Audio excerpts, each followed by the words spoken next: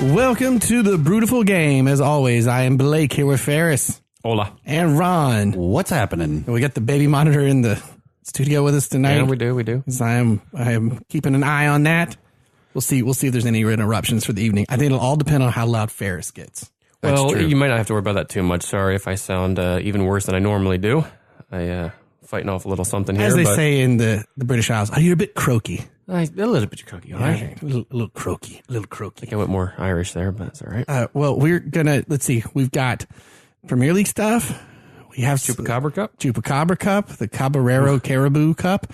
Sure, that's what they're calling it. I mean, to be honest, we've got like a 2-hour special on. Just on that. Yeah, really? And then we've got MLS. Our MLS preview. Do you get any Champions League or UEFA in there? No, because there was none for this week. We kind of covered it on last pod with the 0-0s, and then the next day was actually exciting. The Atletico Madrid won 2-1 against Juventus, question mark. And then City came back and won 3-2, being a man down against Schalke. Yeah, looking a little dangerous there. So the Champions League doesn't kick back up until 2 weeks out, I think. No, we got a little bit. Yeah, our 2019 MLS preview. Dun, dun, dun. Dun, dun. But first, before I get to the beer, which I'm providing today, Ron has some quick beer news. Dun, dun, dun, dun, dun, dun, dun. Beer news. World traveler, Ron. From Canada. Hey? Yeah, went to Canada on a ski trip. One of my many, I guess you call it overseas adventures, except it's not really overseas. It's just kind of north. Yeah. And went and hung out in Banff, Canada, and drank a ton of beer. And I mean, I guess all the beers I had were quite tasty, but really, it's time for travel presents. Oh, dun, dun, dun, dun. Always. And most of the time I get you guys soccer stuff. This time I got you beer stuff because there's not really a whole lot of soccer in Banff, Canada. It's a little cold there. So this is from Banff Avenue Brewing. They brew all of their beers right in the heart of Banff, right downtown. How cool is that? And I like this is Carolina Panther Blue. Makes me happy. And all of their beers are super, super good. They have like 10 on tap. And there was one that was a little weird. They have a brown that's got some cinnamon in it. And it took a while to get used to. But ooh, Ferris, yours look cool. We got a retro look. I like that. It's like the Chelsea fourth kit from a year ago. Right? Or whatever, That's right? what I thought, too. And I figured, who better to wear it than Ferris? Thank you. That's an awesome shirt, man. Thanks, dude. Yeah, anytime. Ooh, it's so soft and comfortable. I like that it's a pint glass filled with the Rocky Mountains. Yeah, isn't that cool? That's cool. That's wicked. So I got a t-shirt called Alberta, which I thought was pretty slick instead of Alberta. That's hysterical and a dad joke. Right. But man, Canada was super fun. Everybody's super nice. And I had a ton of beer and poutine every day from a different place because I'd never had poutine before. Hey, listen, this is a family podcast. This is a family podcast here. For those of you unfamiliar with poutine, it is French fries with brown gravy and Gouda curd. Didn't we have a version of that good. when we were in Victoria? Yeah, we had a version. We had of a version of it, not like true poutine. It was like it was the brewery's take on it or whatever. Yeah, but just the traditional, And I have been introduced, and I follow the mindset. The person that really introduced it to me said, "It's all about the gravy. You still have to have good fries. They can't be a pile of mush. But the gravy. Yeah. Oh my! Oh yeah, it's gotta be like it's gotta be fries that are thick-skinned a little bit, so that as they get the gravy on them, they don't get too mushy. Right. And my God. So pretty much every day I was out there, I had a pint of a new beer and poutine. I did see sounds like a terrible life. I forget what restaurant. I wasn't in Savannah, but it was like a Savannah, Charleston kind of thing, and they had Southern poutine. So it's the same idea, except it was like piled with sausage gravy. Oh, yeah. That's one way of doing it. Which I looked at and was like, I don't want a heart attack today, so I'm going to not do that. Not today. Right. But maybe on a different occasion. Yeah. I was mildly curious about Oh, my God. I had so much good poutine. It was insane. Never having had it, I think I want to try and make it. 2,000 calories a serving, but it's good. Right. It's a good thing I was skiing and hiking and all that every day. Just burn it off. Man, ooh, It was like 4 days of intense carb loading. I had to walk around the streets of Montreal for the jazz festival first time. It was so good. Oh, that sounds fun. Yeah, so good. Is that your beer news? Yeah, that's beer friends. Oh, righty. Time to move over to the beer. Ron has graciously put a pause on his world beers. True. So we could for now, yeah. So we could move on to some beers. Actually, Ron was going to bring a beer tonight, but traffic was so bad. I said, "Don't go back to your house. Just go to my place. I got a couple of beers that we can hit up." So this beer is very, I think, themed well to today's pod, and by that I mean it is themed well to a 2-hour discussion of the woes of Chelsea. The dumpster fire that is this team. Gross. Which is why I present you with a specialty barrel-aged crooked can, one of our favorite local breweries. Never had one of these on the pod like this in the Big Bear before. Cherry Cheeks barrel-aged sour red. Yes, please. Sour red. Just to shove it in there a little bit. Sour red. Sour is Ron's favorite beer. Manchester red. Arsenal red. Son of a... You guys suck. Just a little lemon in that paper cut. Yes. And here I was bringing you presents. I know. I'm so glad we let him go first because I'd have felt a little bad if we'd done it the other way around. What a bunch of... Well, that's why I kind of secretly hoped that Blake would take both the beers tonight because I knew he had a sour that was just waiting for the time. And this was the time. This is crooked can. This is collusion. This is our allegedly. This is our crooked can. Our local brewery here in Winter Garden, just outside of Orlando. One of our favorite places to go get a pint. This is one of their first you could buy and take home bottled. Yeah, that's cool. I've not seen that before. I've had this waiting, brewed with organic cherries, Ron. How could go wrong? Forever unclean. We have never done a sour on this episode. No. Or on this episode, on this show. Yeah. So we needed to get into that. Admittedly, sours are not something I do a ton of. For good reason. I don't either. Yeah, they are sippins. But if we get through it, if you finish all your fruit, Ron, the next one is going to be a good one. I don't want to. So, well, first off, let me, what is a sour red? So a Flanders red ale, which is what this is based around. This is the cherried one. Flanders red ale or Flemish red brown is a style of sour ale brewed in West Flanders, Belgium. Flanders red ale is fermented with organisms other than the, hold on for it, Saccharomyces cerevisiae. Mm-hmm. So some kind of... I'm not even going to tell you how to say it. Oligonosochar. Yeah, oligonosochar. Especially lactobacillus, which produces a sour character attributed to lactic acid. Gross. So, hey, science. You like science. I do. A lot of science in there. That's a lot of science words. So Crooked Can, if you ever make it a visit, totally worth the visit to get some of their beers. They got a couple of good ones on tap right now, actually, too, especially. So here we go. Without further ado, this is a popped cork one, so hopefully I don't take out the light above us. Oh, good. Yeah, you hand me that towel just in case. In theory. Yeah, in theory. I've been holding on this beer forever. All right. Damn it. Why couldn't I make it home? Because traffic was awful. God, it is. They're not even doing construction. Ugh. It's February. Man, you've made this podcast absolutely terrible. I can't wait. I'm like, I cannot wait. Please don't be super carbonated. Oh, we're good to go. Now, in full disclosure, I've let this age for a little bit. I'm not sure that I should have done that for this one. Just been waiting for the perfect moment. And God, Chelsea is perfect to do this sour red. Oh my God, yes. I was so looking forward to tonight. I don't want to come out of the game, coach. I know, God.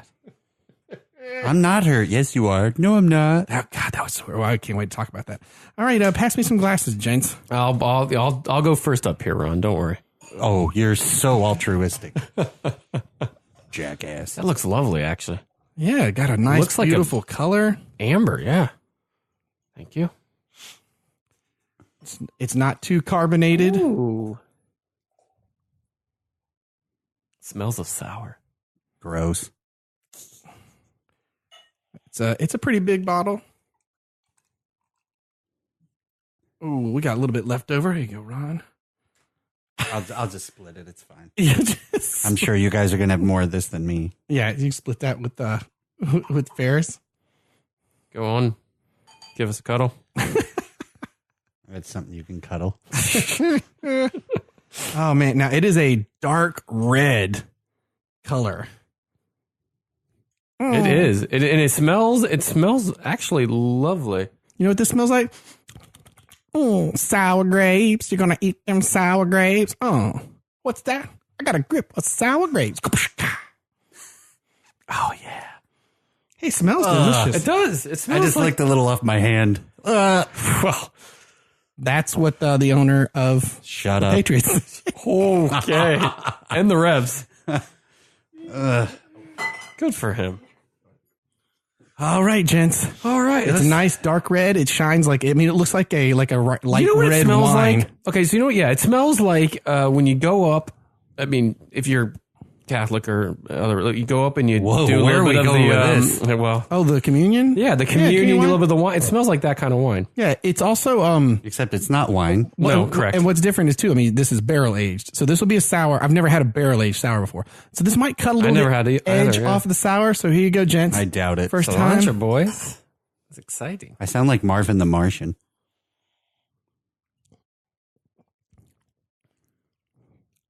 I can appreciate that. I can too. Ooh, I can taste the wood. Sorry, I've already started to say it. I'm going to say it. Speaking Right? of which, first game.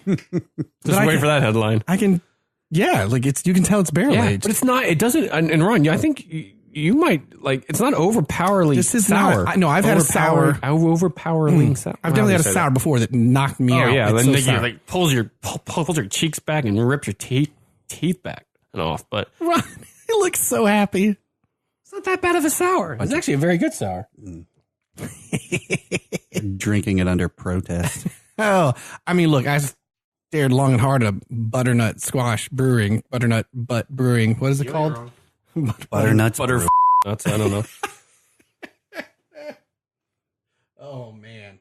Good old cherry cheeks. This is good. Yeah, Cherry Cheeks. From Crooked Can. Yeah, done by Kent and Nolan, who are two of their brewers there.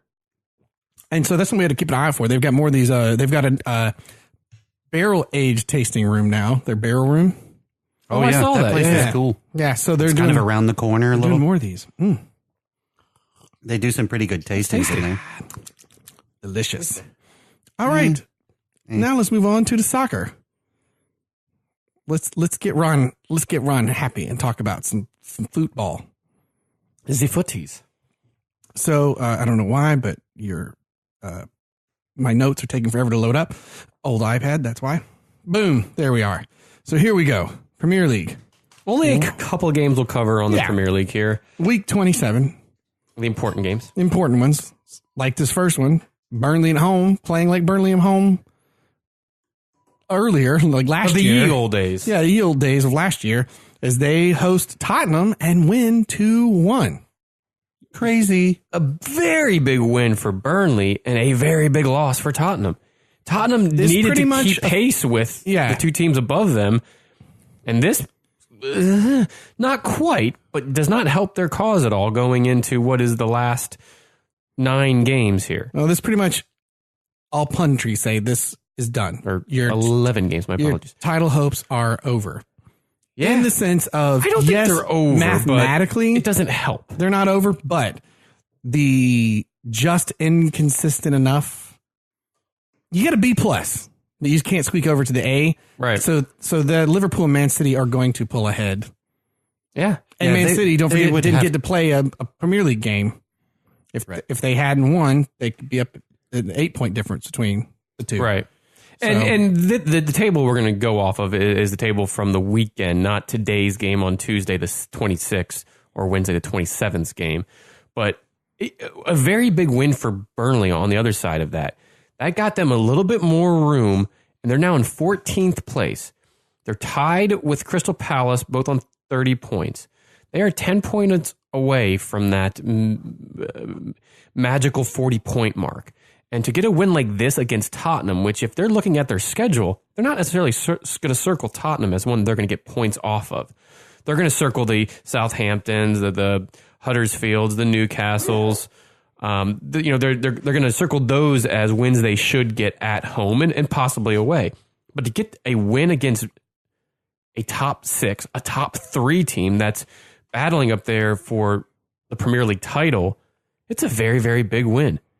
And yes, they may have gotten a little bit fortunate on that first goal. Not necessarily the first goal. It was a very lovely header by one of our pod favorites, Mr. Chris Wood, but the ball should never have been a corner to begin with. It did, in fact, go out on the Burnley defender, so it should have been a goal kick. Now, VAR comes into play next year. That's going to help, and it's going to get the call right. But nonetheless, Burnley still have work to do because Kane, on his return, scored in the 65th, and then Ashley Barnes got one in the 83rd. So they still had work to do. They still had to finish out the game and get the 3 points. They finished it out. Tottenham did not. Plain and simple.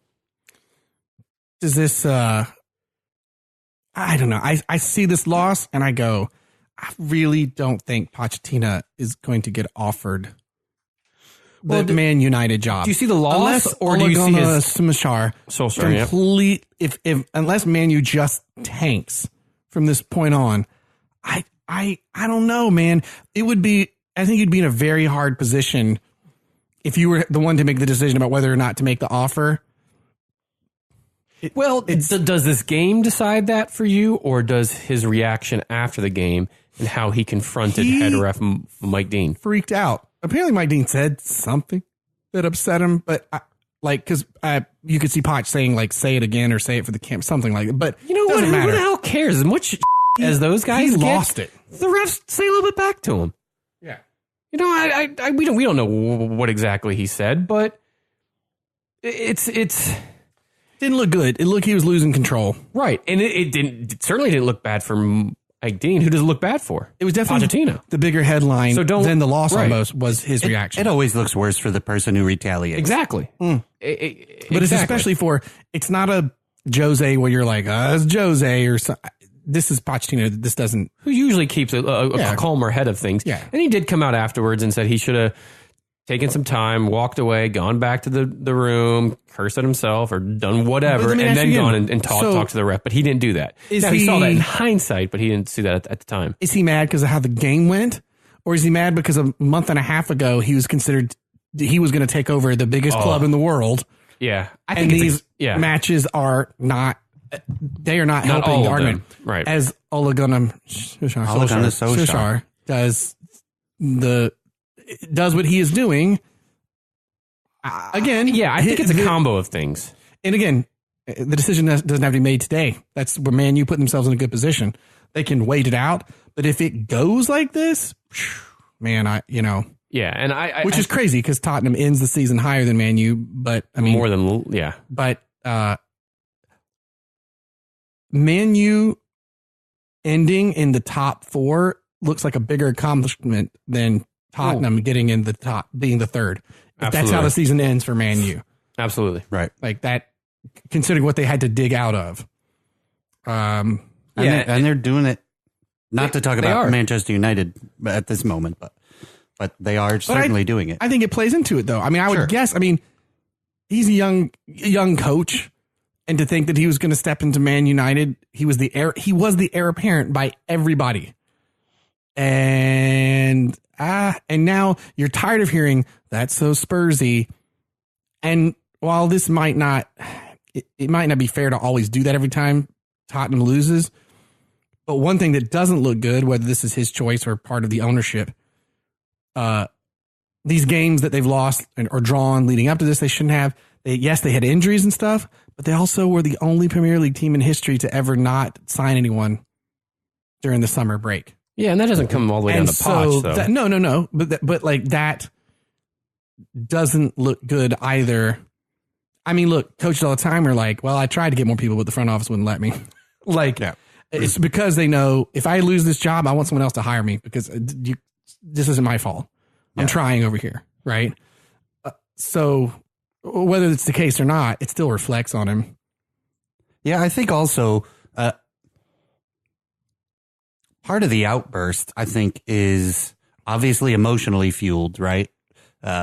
When he came out and said, I shouldn't have lost it like that. We should have maintained our composure, all that kind of stuff, is also just frustration. Oh, yeah. It's a combo of things. And not just from this match, right? Harry Kane injury, just a whole lot of frustration because of how good they looked throughout the season and now how they're kind of ending.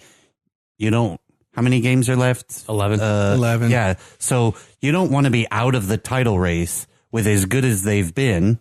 And for the majority, they've been very consistent. You don't want to be out of the title race with 11 games to go. And it's rough because, for the last 2 years, it's been, hey, maybe it's time to do something different at Arsenal because all you've managed to do for 10 years prior is just keep getting in the top four. It's been a long time since, you won. Pochettino's already kind of getting this reputation quick with Tottenham in the, you guys are really good, but not quite good enough again. Yeah. And which, again, there's a front office, there's a whole situation that we're not privy to. And in a different situation, maybe, he's killing it.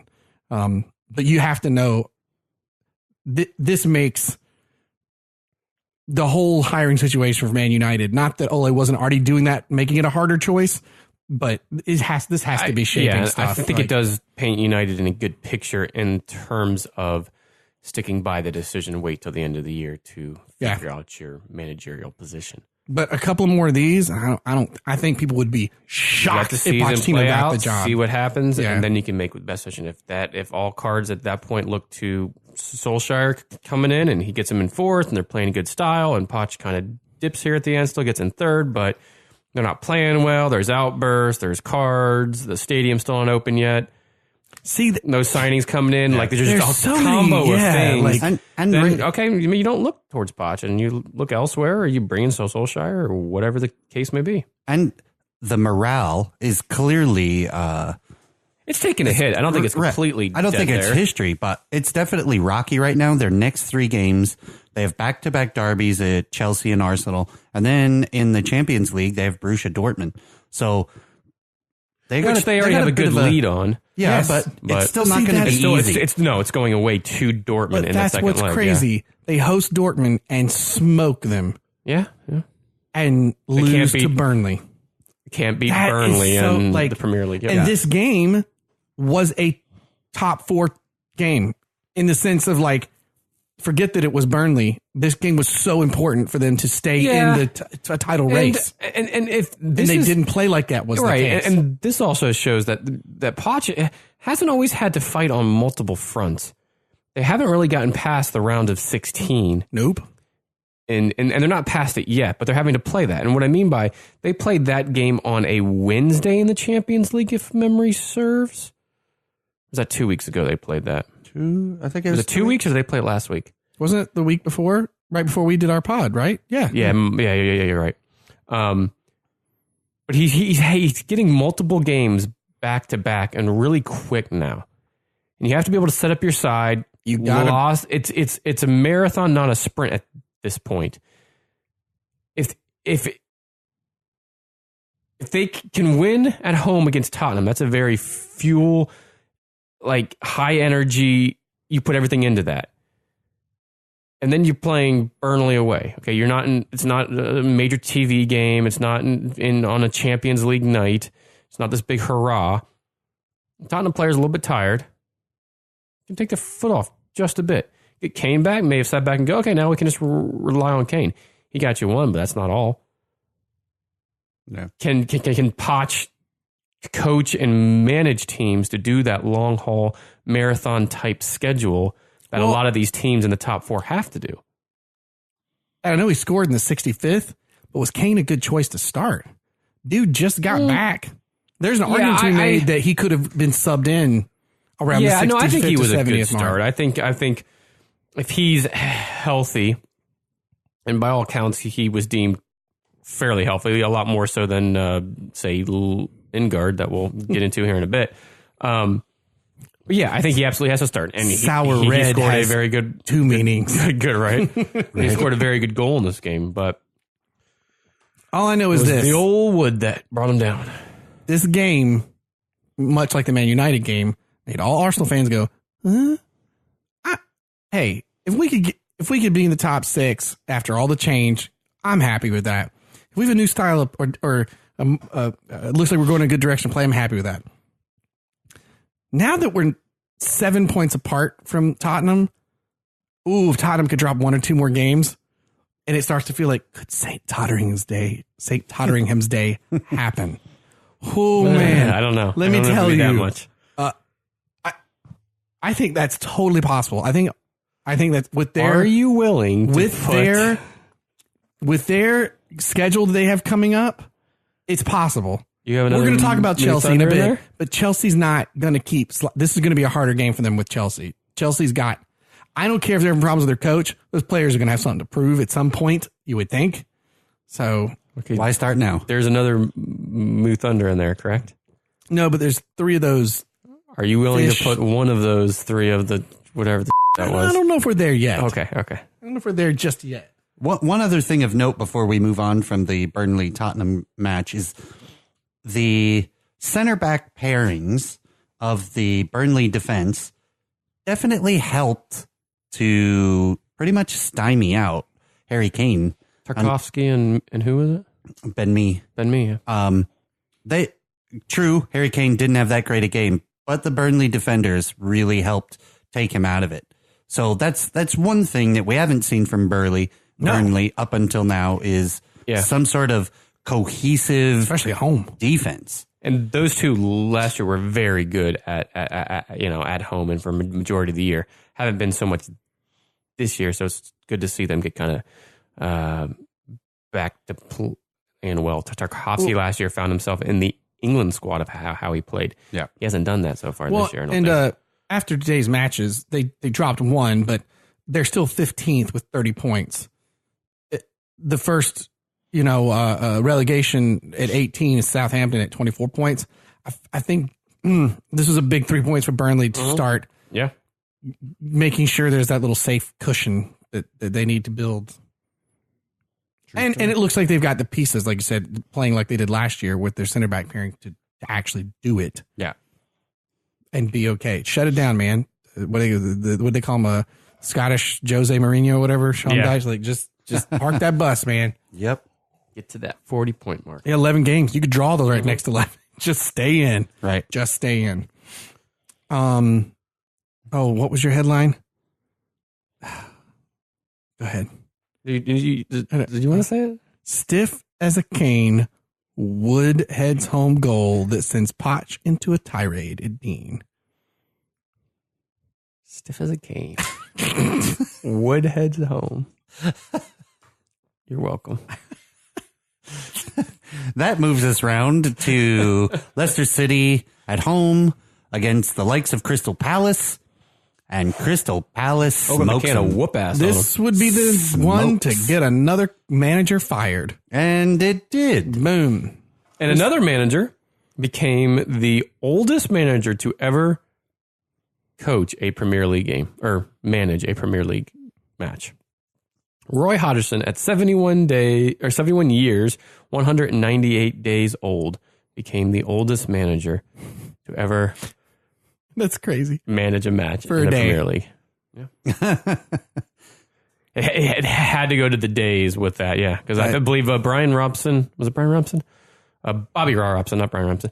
Bobby Robson had once held this at 71 years, I would imagine, 190 whatever days. But yeah, good old Roy. He had a hell of a game on this. Should we get of him. On the speaking of over to Crystal Palace? Now he gets the first goal for Crystal Palace. Yeah.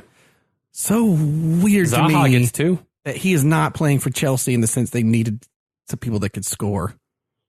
I don't know. Yeah, we'll get into that later. I don't know. But yeah, he gets one kind of a fortunate-esque goal. He does get a timely and accurate deflection on this. But does get it in, and then Leicester tied it up in early in the second half, and then from there on, it was all Zaha. Just got 2 goals, and Milivojevic penalty, which I thought Zaha might have drawn. Maybe it was somebody else, but yeah, it was all Palace. Just pretty much from the 65th on, it was just all Palace. Well, and this gives us the news of today, which is Leicester have a new coach. Well, the day after this game, they came out and said that they have sacked and parted ways with Claude Puel, who becomes the 31st manager in the English game to be sacked. There have now been 32. There was one other one over the weekend that was in a lower league. But the writing was kind of on the wall for him. Not necessarily a PR favorite there, not necessarily a boisterous, energetic man, but wasn't doing too bad. Still has them in 12th and about where their average has been in the Premier League over the years. But a lot of losses and PR, at home. just not enough. A lot of losses at home, not an exciting style of ball, and it's enough to see him to the door. So now, who do they name? The Braj. That's right. Brendan Rodgers is Celtic back in the Premier League from a super successful tenure at Celtic. This is, I feel, a great pickup for Leicester. Yeah, agreed.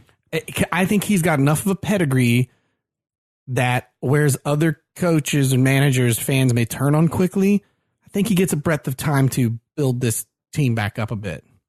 I think this is a big signing for them. Agreed. And it makes you wonder how long they've been kind of eyeballing this to pull Brendan Rodgers from Celtic like that, where, as you said, he was super successful. The community likes him. The players liked him. It had to be quite the draw to get him back. Well, it also makes you think, what was he eyeballing? Because you figured the end of this year, there was going to be Premier League teams that wanted him. Now, probably nobody who's in the top 6. Well, I mean, maybe Chelsea. But Leicester, I think, is a good, because they still have talent and the desire to punch above their weight. Yeah. So I think I'm excited. I think Leicester's a good fit for him. Yeah, agreed. And just to put it a little bit into perspective, how good Rodgers' tenure at Celtic is he's there 2.5 seasons, 7 domestic trophies. So won all crazy. 7, yeah. So crazy. Well, and I'm more excited than Everton fans if it had been like, oh, hey, Everton signed him or whatever, in the sense that I feel like the Leicester ownership's got a bit more hunger. Yeah. To do something. It feels like more, you know what I mean? Brendan Rodgers' personality too. Yeah. And I think it's them saying, the expectation since they won the league is we need to be higher at the table. We should be a top 6 team. I think that's what ownership is wanting out of this. They're seeing this and they're bringing him in to try to get them into the top 6, try to get them back into a Europe contention spot. Will that happen for them? I'm not so sure. I don't know if they have the finances and everything to necessarily bring in big name players to help them get there. But this is a big step. And I agree. I think this is a very good hire for them. He's also joined by Kolo Toure, former Arsenal, Liverpool, Man City, and Celtic defender, who was on Rodgers' backroom staff while he was at Celtic. So bringing in somebody that also knows the league very well and has played for some very big teams and has won a lot with those teams.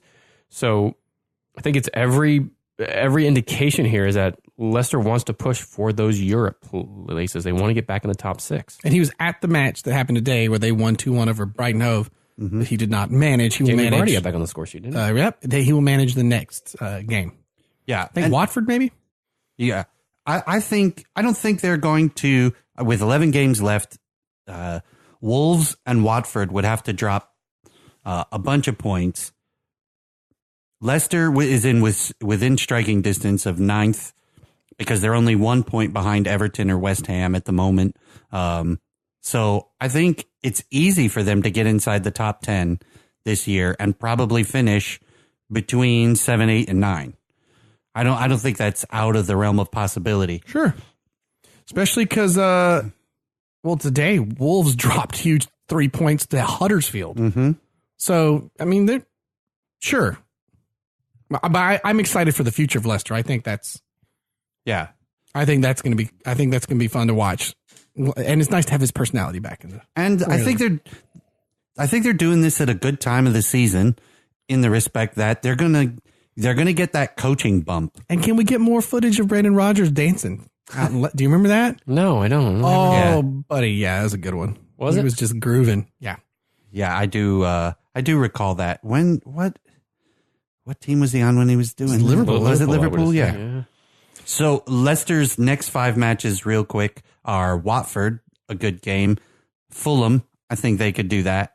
Burnley, I think they could do that, depending on how the defense shows up. They play Bournemouth, then they play Huddersfield. So out of their next 5, I think 3 of them are doable wins. So they could easily crack that top 10 and live large. Live large and like the Rodgers. like what? Live large like the barge? I don't know. Doesn't work. All right. Oh God, this sour. It's so good. Except it gets worse as it gets warm. Yeah, it tastes like sour grapes. I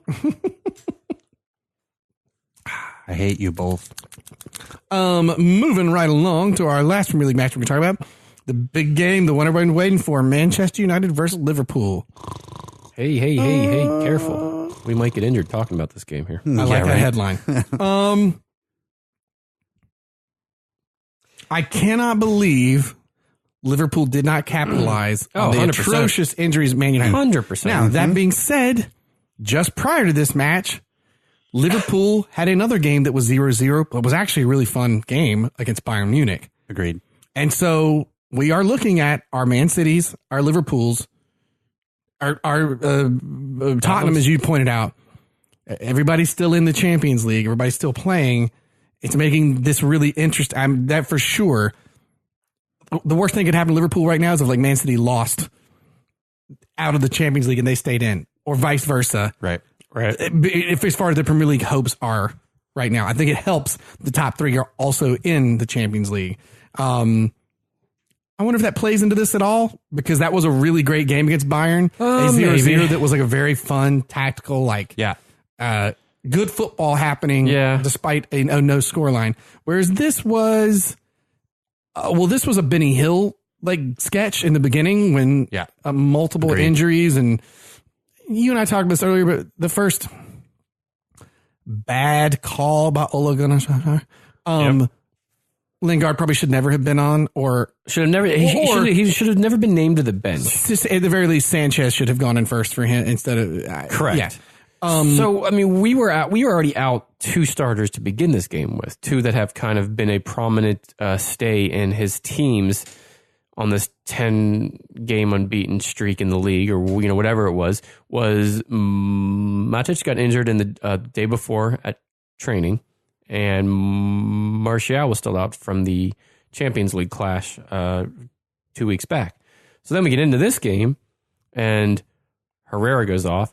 So now that midfield of Pogba, Matic, Herrera that has been so good over those past 10 games, two of them are out. That hurt. And Andreas Pereira comes in, young kid, talented, but not up to the standards of those other 2 that I just named. And then you have Juan Mata, the Spanish duo there. He goes out with an injury, and Lingard comes on. For a second, I thought De Gea too was going to go out when he took for a quick second. Oh man, yeah. So then now we're 2 subs inside of 20 minutes, and when Lingard comes in, it's okay. I get it to a degree. However, Ole Gunnar Solskjaer came out before the game and said Lingard's not starting because he's not fit enough to play 70 minutes. So you're at minute 15, 20. That's almost that time that you just said in the pre-match. So why are you bringing him on? Well, 10 minutes later, Lingard gets hurt. And he pulls his hamstring again, or, whatever it was. So now Sanchez comes in. Now we're 3 subs in, 30 minutes into the game, when you could have made that Sanchez sub earlier, saved 1 sub for the second half, and possibly brought on Lingard for a burst of energy in the last 10 minutes or so, or anything. So, and then in between all of that, game was so crazy. Right, so then in between all of that, Bobby Chompers Firmino goes out injured on the Liverpool side, and you're like, what the hell's in the Manchester water up there today? Yeah, agreed. I really thought this lineup would have been good in the same circumstances on a 13th or 14th place team. You go in, you score a bunch of goals early, and then you pull off those injured people. That I could see. But when I saw it against Liverpool, that's a huge gamble, because you're probably not going to go ahead majorly against a Liverpool team that scores so fast, plays so well on the counter, and their defense is decent. So I agree that there's a questionable Although no lineup. Van Dijk for Liverpool. No, he played in this game. Did he play the game? He played very well this game, actually. Yeah, he played very well. And Liverpool's defense he was actually very good. They had to be, because oddly enough, United had a bulk share of the chances. And even with a injured Rashford up front there, who also got injured sometime in this first half, but stayed on because there's no more subs left. And, what the hell else is he going to do? Liverpool should have taken advantage of this. They had the speed, the power, the goal scoring to do that. They made positive subs. I do disagree with Salah coming off in the second half. I think regardless of how he's playing on the day, he wasn't playing the best.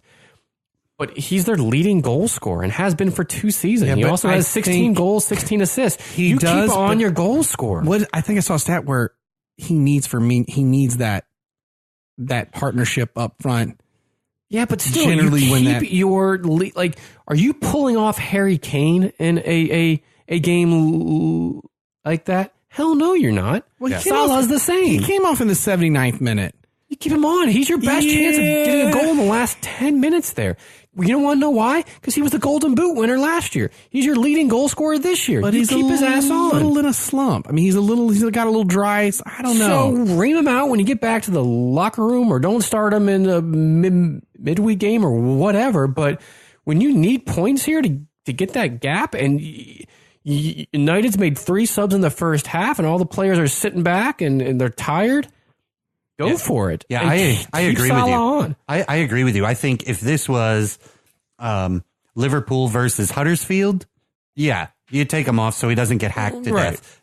But it's Manchester United, who are really on the climb. They're firing really well. You need to have your best weapons on the field the entire time. Yeah, but the other would be that for 50 of his 80 minutes, with all the injuries Man United had, he wasn't doing it. So you're telling me you got to make a change. Sometimes you got to make a change, man. He can have 89 terrible minutes. Well, yes, it takes that 1 minute to put that one goal in. They win 1-0, and it's huge. So, but when he was nice and fresh, and man, you had all these injuries. I don't know, man. I get it. He's trying to do something different. Well, but now we're talking about, this is a draw that feels like a win for United, and a draw that feels like a loss for Liverpool. Agreed. And you take off Salah in the second half. I'm not a Liverpool fan by any stretch. If you listen to this pod, you very well know that. But you keep, as Ron said, you keep your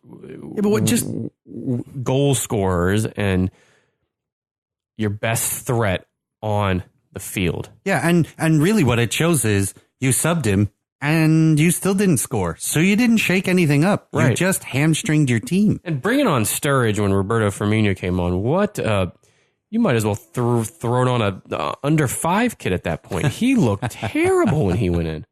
Has he been playing very much? He hasn't played bad. I was talking to Horn today, and he said he scored some very good goals this year, and he's come on and he scored some big goals so far this year. He seems to think he's been doing well this year. I haven't watched enough of them or him to really pass judgment on that. All I can deduce is he's been out on loan for the past 3 years now, and comes on in this game and doesn't look particularly great. So I have the feeling jog on, but that's right. So 5 days prior, though, they had that 0-0 draw to Bayern. this is what I mean too. This might be the other reason you peel him off. You have no idea what knocks or whatever. I think it's more of a gamble. I think it's less about getting that goal you might think you can get with him and keeping him healthy. Do you want the Premier League title for the first time ever since the Premier League? And if Mohamed Salah gets injured this game for the season, keep him on. No.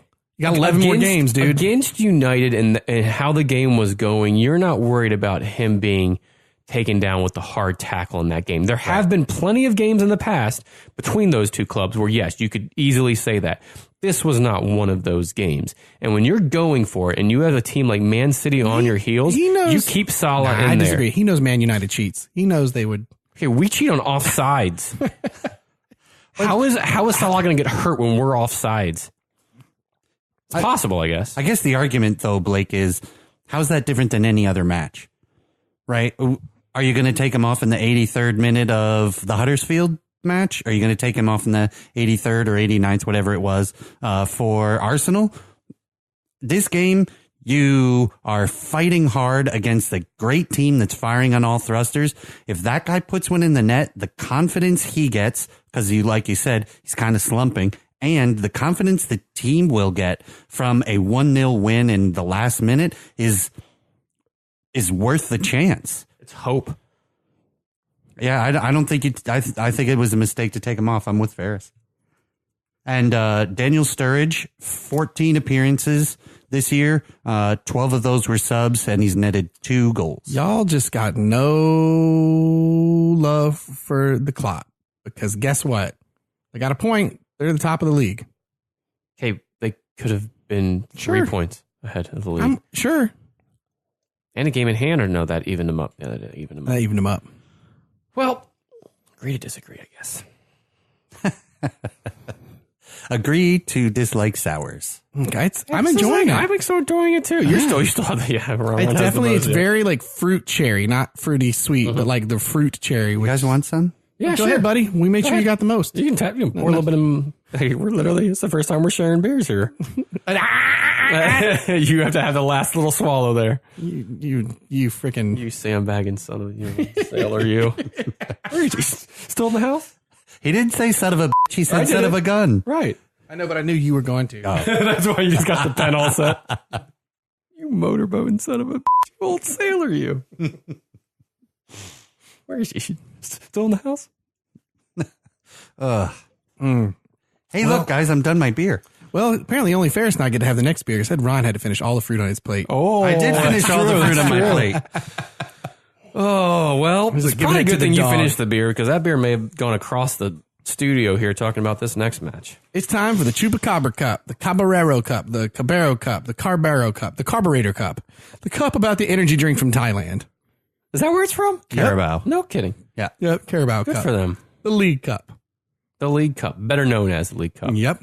And what that means is the 5 leagues, we've talked about them before on the pod with the FA Cup. I like the Carburetor Cup, though. Carburetor Cup is it's a very robust. The 5 leagues of English football participate in this cup. Unlike the FA Cup, which takes non-league teams and mom and pop side from wherever, this takes only the teams that are in the 5 major leagues of English football. The last 2 teams standing was Chelsea Football Club and Manchester City. And they played to a thrilling 0-0 game, which was then went to extra time. So 2 15-minute halves. Still 0-0.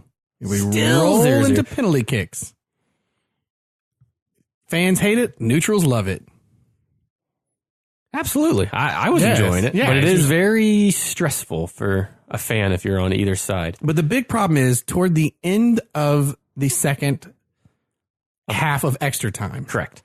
It appeared the team physios and everybody had gone out that Kepa, the goalkeeper for Chelsea, was injured. Sarri actually said he had pulled something, or that was his understanding. It looked like he did, and he had been down a couple times before this incident we're about to talk about. So it's not like he just went down once. No, he had been down a few times. Sarri had Willy Caballero getting warmed up. Formerly of Manchester City. Yeah, getting warmed up. Penalty kick master, by the way. Yes. And he's getting warmed up. Big dude. He's getting warmed up on the sideline getting ready to join this match. Like, that's what's going to happen. He's going to step in the very end because it looks pretty clear they're going to go to PKs. So we want a non-injured goalkeeper in there. But it was not meant to be for when Kepa was requested to leave the pitch. Board goes up and everything. How many minutes was that? It was an awkward, like hour and a half, it felt like. Yes. It was over the course of 5-6 minutes? I don't know. Refused to leave. He shook his head. No. Waved him off. Yeah. Okay. Sarri looks like he is going to light up a cigarette and burn it into his eye. Like, when the manager makes a sub, you get off, whether you like it, you go to the bench, you toss a shoe, you throw a water bottle, you do whatever. And we looked it up. He did get fined from the team, actually. He finally did. Yeah. A couple days later. But you don't make the decisions. It's not player power here. And let's He's the open it up a bit manager further. for a reason, regardless of what you might think of him. You have the cojones to make that call. You need to have the end of a You need to stop the rocket from going in the back of the net. The natural kind of moment. You need to be Scott Sterling. Yes, you do. You do not need to miss the easy penalty kick Aguero kicked in. Which he had two hands on. But what was more just insane with this was throughout this entire whatever that was playing out on TV with millions watching at home and thousands of people there, was Sarri gets so mad that he turns around to his bench, unzips his jacket, and starts to walk towards the tunnel. Did you think, like, was there a party that thought he was quit? I thought he was going to walk out. Gone. He is going to, somebody outside of the stadium is going to see him and ask what happened. Going, I quit. Right? Yes. Just the door opens too, and he's about to walk through the door, and you're like, holy shit, he just quit right here. The end of this movie just got real interesting. Yeah. And then he kind of stopped and either had like this profound thought or the whatever, turned around and came back to the bench, still not happy, and still giving Gianfranco Zola a bit of an earful there, but stayed for the remainder of the match. And then what was so like awkwardly awesome to me, and I was like sitting up on my seat, was once that whistle blew and the goalie that just said, no, I'm not coming off, has to walk across the pitch and join the team. Yep. For the penalty kicks to have a team talk and to see if he would go up to the manager and say, oh, I'm sorry, boss. Blah, blah, blah. They didn't even talk. Nope. He didn't even talk to Caballero either. It was just the most awkward. And all the conversation that has been. Rudiger's having to calm the manager down. Oh, man, it was so awkwardly awesome to watch at home. And all the conversation leading up to this has been, is he losing the locker room? Is he losing? Which gets said a lot, Mourinho's in days at Man United or any of his clubs. He's lost the locker room. I don't think we've ever. It's always been inferred. I don't know that we've ever visually and literally seen that before. Yeah. That was crazy. Just go back and watch. You don't. Again. I can't. Your manager puts up your number to come off, whether you agree or not. You leave the field of play. Yep. Yeah. Plain and simple. You leave the field of play. You can deal with it back of house and whatever, because you win. Scream and go in the locker room, kick over a Gatorade table, whatever. But you leave the field of play, and you take your disagreement out in some other way. And if you want to make the manager visibly defy the manager on the field at that time. And again, you want to make the manager look dumb, you say yes, you walk off just like you've seen them before. People aren't happy about being substituted, and then Caballero misses too. Then you look like, well, Right. However, if Caballero saves the day, you still get to say, yeah, I was really frustrated. People go, he was so passionate, he wanted to go off, but people forget about it. It's not even a story. Right. But if you do that, you have to win. You have to do the thing that you are there to do. And you get his desire to want to finish the game and play in this final. But regardless, your number went up. He and the post game for Sarri, he blew it off. He blew it off, and he gave himself an out. You were pissed. Which, if that was true, they wouldn't have fined him. Right. Yeah, but I think he did the smart thing. I'm willing to bet that through his brain, he went, screw this, I'm out in the match. Oh. And was headed off and then went, you know what? I'm not going to let them win that way. Because if they fire me, I get severance pay.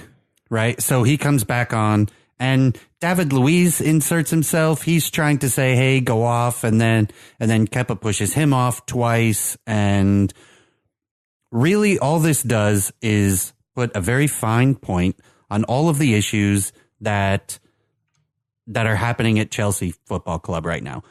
The team is so divided, right? I'm watching it again. Sorry. And it's so awkwardly awesome. So you have Azpilicueta, Pedro, Marcus Alonso, who are behind Kepa. Then you have David Luiz, Caballero, Jorginho, Higuain, and Hazard, who are all saying, sorry, made the right call. All this has done is put a big old spotlight on the problem with the team in general. They're so divided. They're all playing like they're protecting themselves. So at the end of this season, they can point fingers at other people and say, it wasn't me. All it did was really, what is that? Aired the dirty laundry. But it did it on national television and this is what's happening. International television. Forget hashtag sorry out. It's now hashtag Kepa out. People saying hashtag Kepa out is better than hashtag sorry out. He lost. And the ref has to go over there and call sorry out again. I forgot about that. The ref goes over there and calls.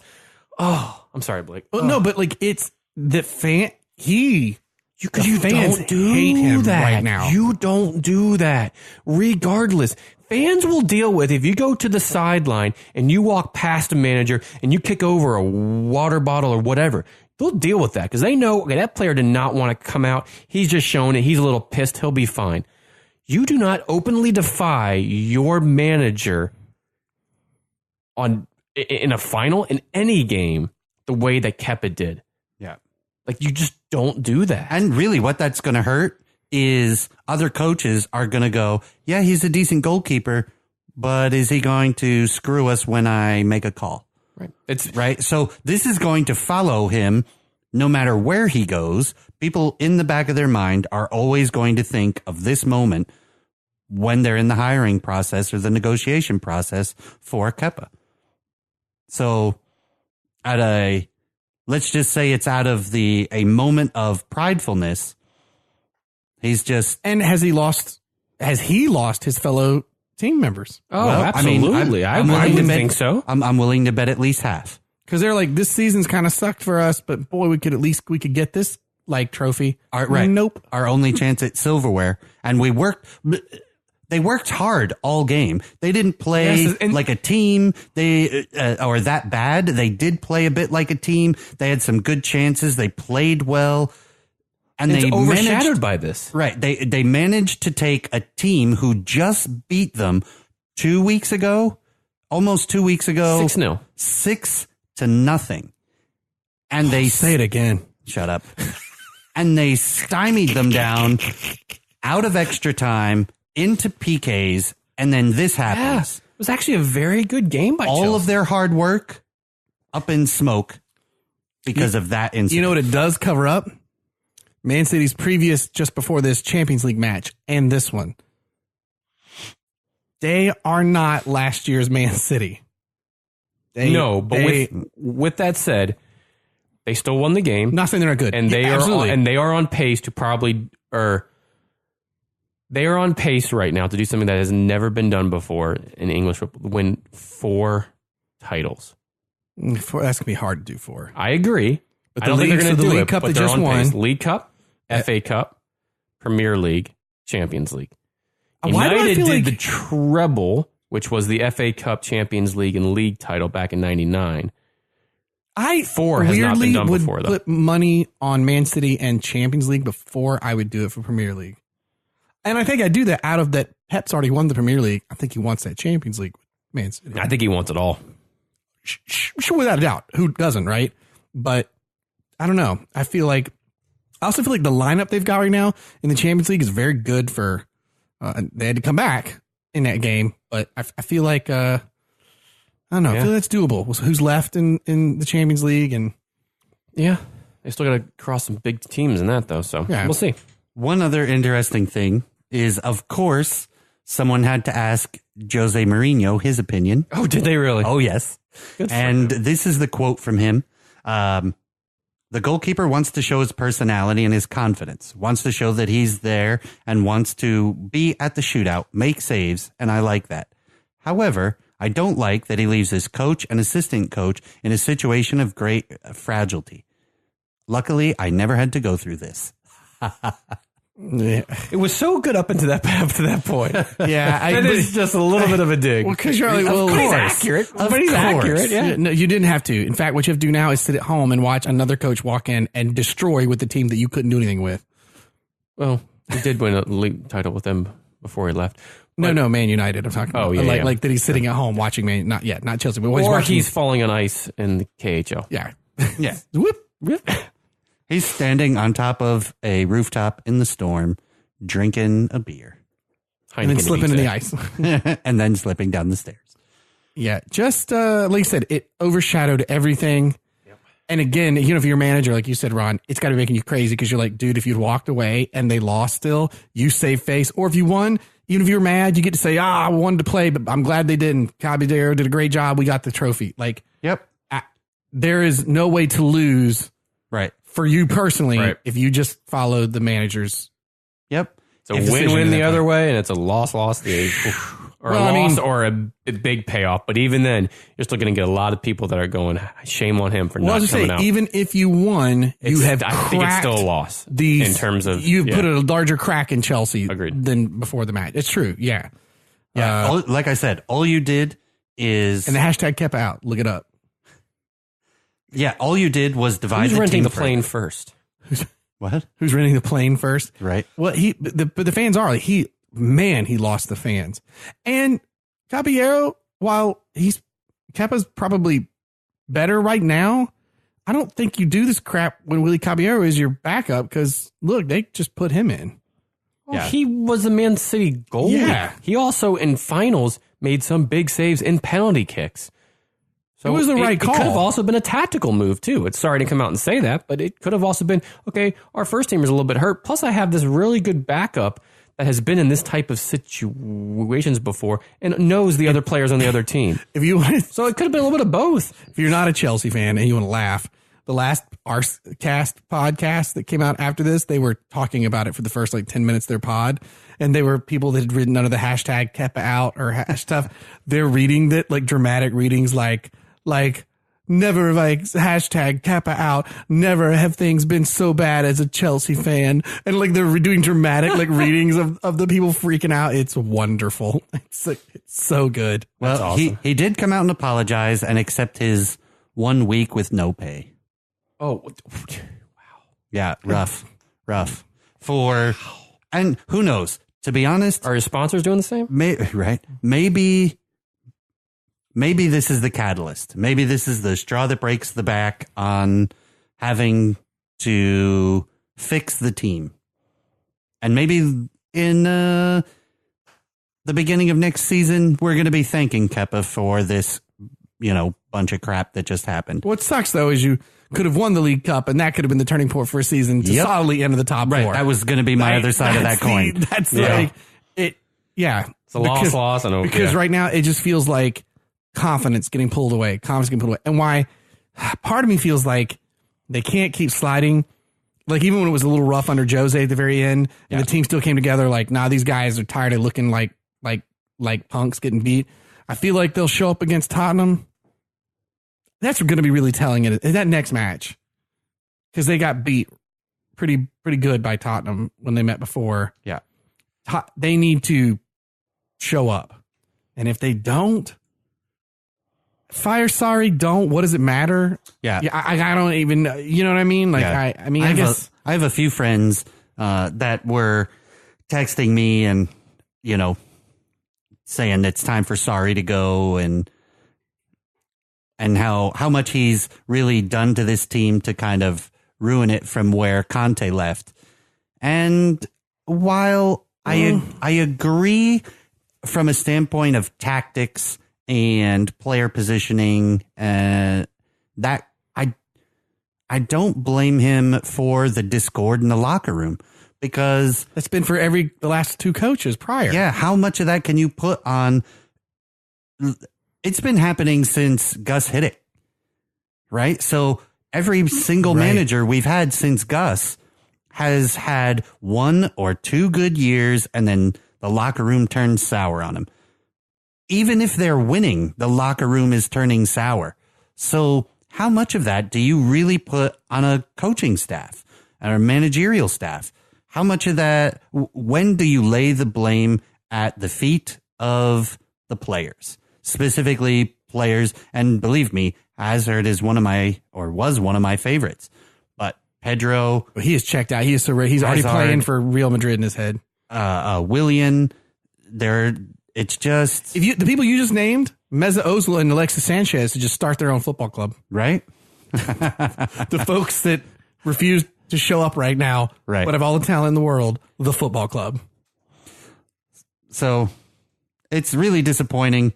It's done more to hurt Chelsea and overshadow all the work they did in this match. You did win your UEFA match. Yeah. Just trying to give you something. Thank you, Blake. You should have. You were, but you did. You did. So I think it's going to be very interesting. Against Tottenham tomorrow? Well, not only against Tottenham, but for the next couple matches. I mean, isn't that a weird one? Chelsea's on a slide and Tottenham's being a little Spursy. Who is going to win this match tomorrow? It's 5-5 game. Yeah. This is going to be the match of the meh. I really think that's what? Oh, nothing. Nothing. Continue. Ferris just sat up in the chair like he was struck by lightning. I'm not going into work tomorrow, which means I can watch these games. I just realized that. That's all. I was just like, oh, I'm going to have to record. No. Well, no texts. I'll be working. No, I'm going to be on the couch the entire time trying to recuperate, but TV still works, so turn that on. Booyah. Should we go to our MLS preview? Should we have the beer first? Yes. MLS preview we're going to get to. We're going to kind of not linger too long, but look at each club. We do have another beer. Ooh. Can we do one thing first? Can we turn on the fan? Because this little dumpster fire of a season is I think it's toasting up this room. I realized it was my wife was doing some recording, some voiceover work. And so I think she had cut the AC down so that it was not. You mean up? Off or up, whatever. Yeah, whatever. Up is down, down is up. MLS preview. MLS. So before the beer real quick, we will cover every single team very briefly. We'll do a little bit of the ins and outs, items and notes, and then we'll kind of give our quick thoughts. And then we'll also cover the best brewery in that particular town and or state. And this is all according to Yelp.com. Yes, Yelp is not necessarily a beer-specific site. However, they are the ones that have the most consistent top 10s and ranks on breweries throughout all 30-some teams that we have. There were some here from Beer Advocate and some here from Rate Beer and from other sites, but there was no way to have a consistent top for each. I would have been pulling from one from there, and then there's no kind of quick way. And we want to do this because if you're in these areas, you're going to see games, maybe you've heard of these breweries, maybe you haven't, maybe you're like, hey, I'm going to go to the interwebs and search and find this brewery, which then links you to a whole bunch of other breweries in the area. And you get this game, hey, I want to go see Atlanta United up north here against New York City FC. Let me hit up such and such brewery. Let me hit up this other one. Support the local economy there. So that's kind of how we'll do our MLS preview of 2019. So we don't have a MLS team in Detroit. Not yet. We do have one in FC Cincinnati, though. But I got a beer if you're going to go hang out in Detroit. Cool. It's from Detroit. I'm going to do a beer from the New Holland Brewing Company. Yes. Ooh. Deep roots in the craft industry back to 1997. The role as an integral member of the artisan approach is something they take seriously yet engage lightheartedly. I like that. New Holland Brewing believes the art of craft lives in fostering rich experiences for their customers through creating authentic beer, spirits, and food. because they also do liquors, while providing great service. Recognized for their creativity and artistry, New Holland's mission is to improve the lives of craft consumers everywhere, as seen in their diverse, balanced collection of beers and spirits. Cool. So, gentlemen, I present to you a beer so popular of theirs that when you go to their beer list, it actually takes you to its own website for just that beer off of their own one. And that is their world famous bourbon barrel aged Dragon's Milk. Ooh. This is what I think the dragon sounds like. Nice. Bourbon barrel aged. This is exciting. What exciting.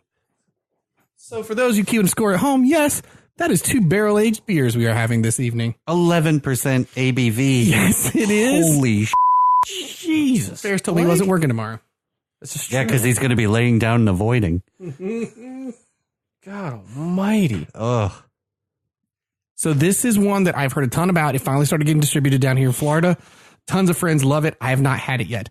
This is their the legendary Dragon's Milk about it.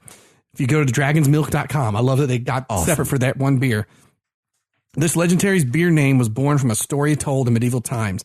The knight's reward for slaying a dragon was the treasured milk of the dragon. Today, dragon's milk is an English term used to describe the finest liquid in the house. We believe this liquid we were creating would be the best in our house. A true legend, hence the name. You can go in there and see a video of how it's made. It's bourbon barrel aged stout, serving temp between 50 and 55 degrees, 11% ABV. God. Availability is year round. They do have some reserve versions of this that are limited run. It's a stout with roasty malt character intermingled with deep vanilla tones, all dancing in an oak bath. Ooh. The pairings are red meat, smoked foods, balsamic, rich cheese, and dark chocolate. Oh, I like their description on the bottle too. Yeah. Rich, roasty, and creamy with heavy notes of vanilla and just enough familiar warmth from oak barrels. Reminds us that all of life's events, big or small, are worth celebrating. Cool, man. This is going to be fun. Yeah. And it's not a sour. Nope.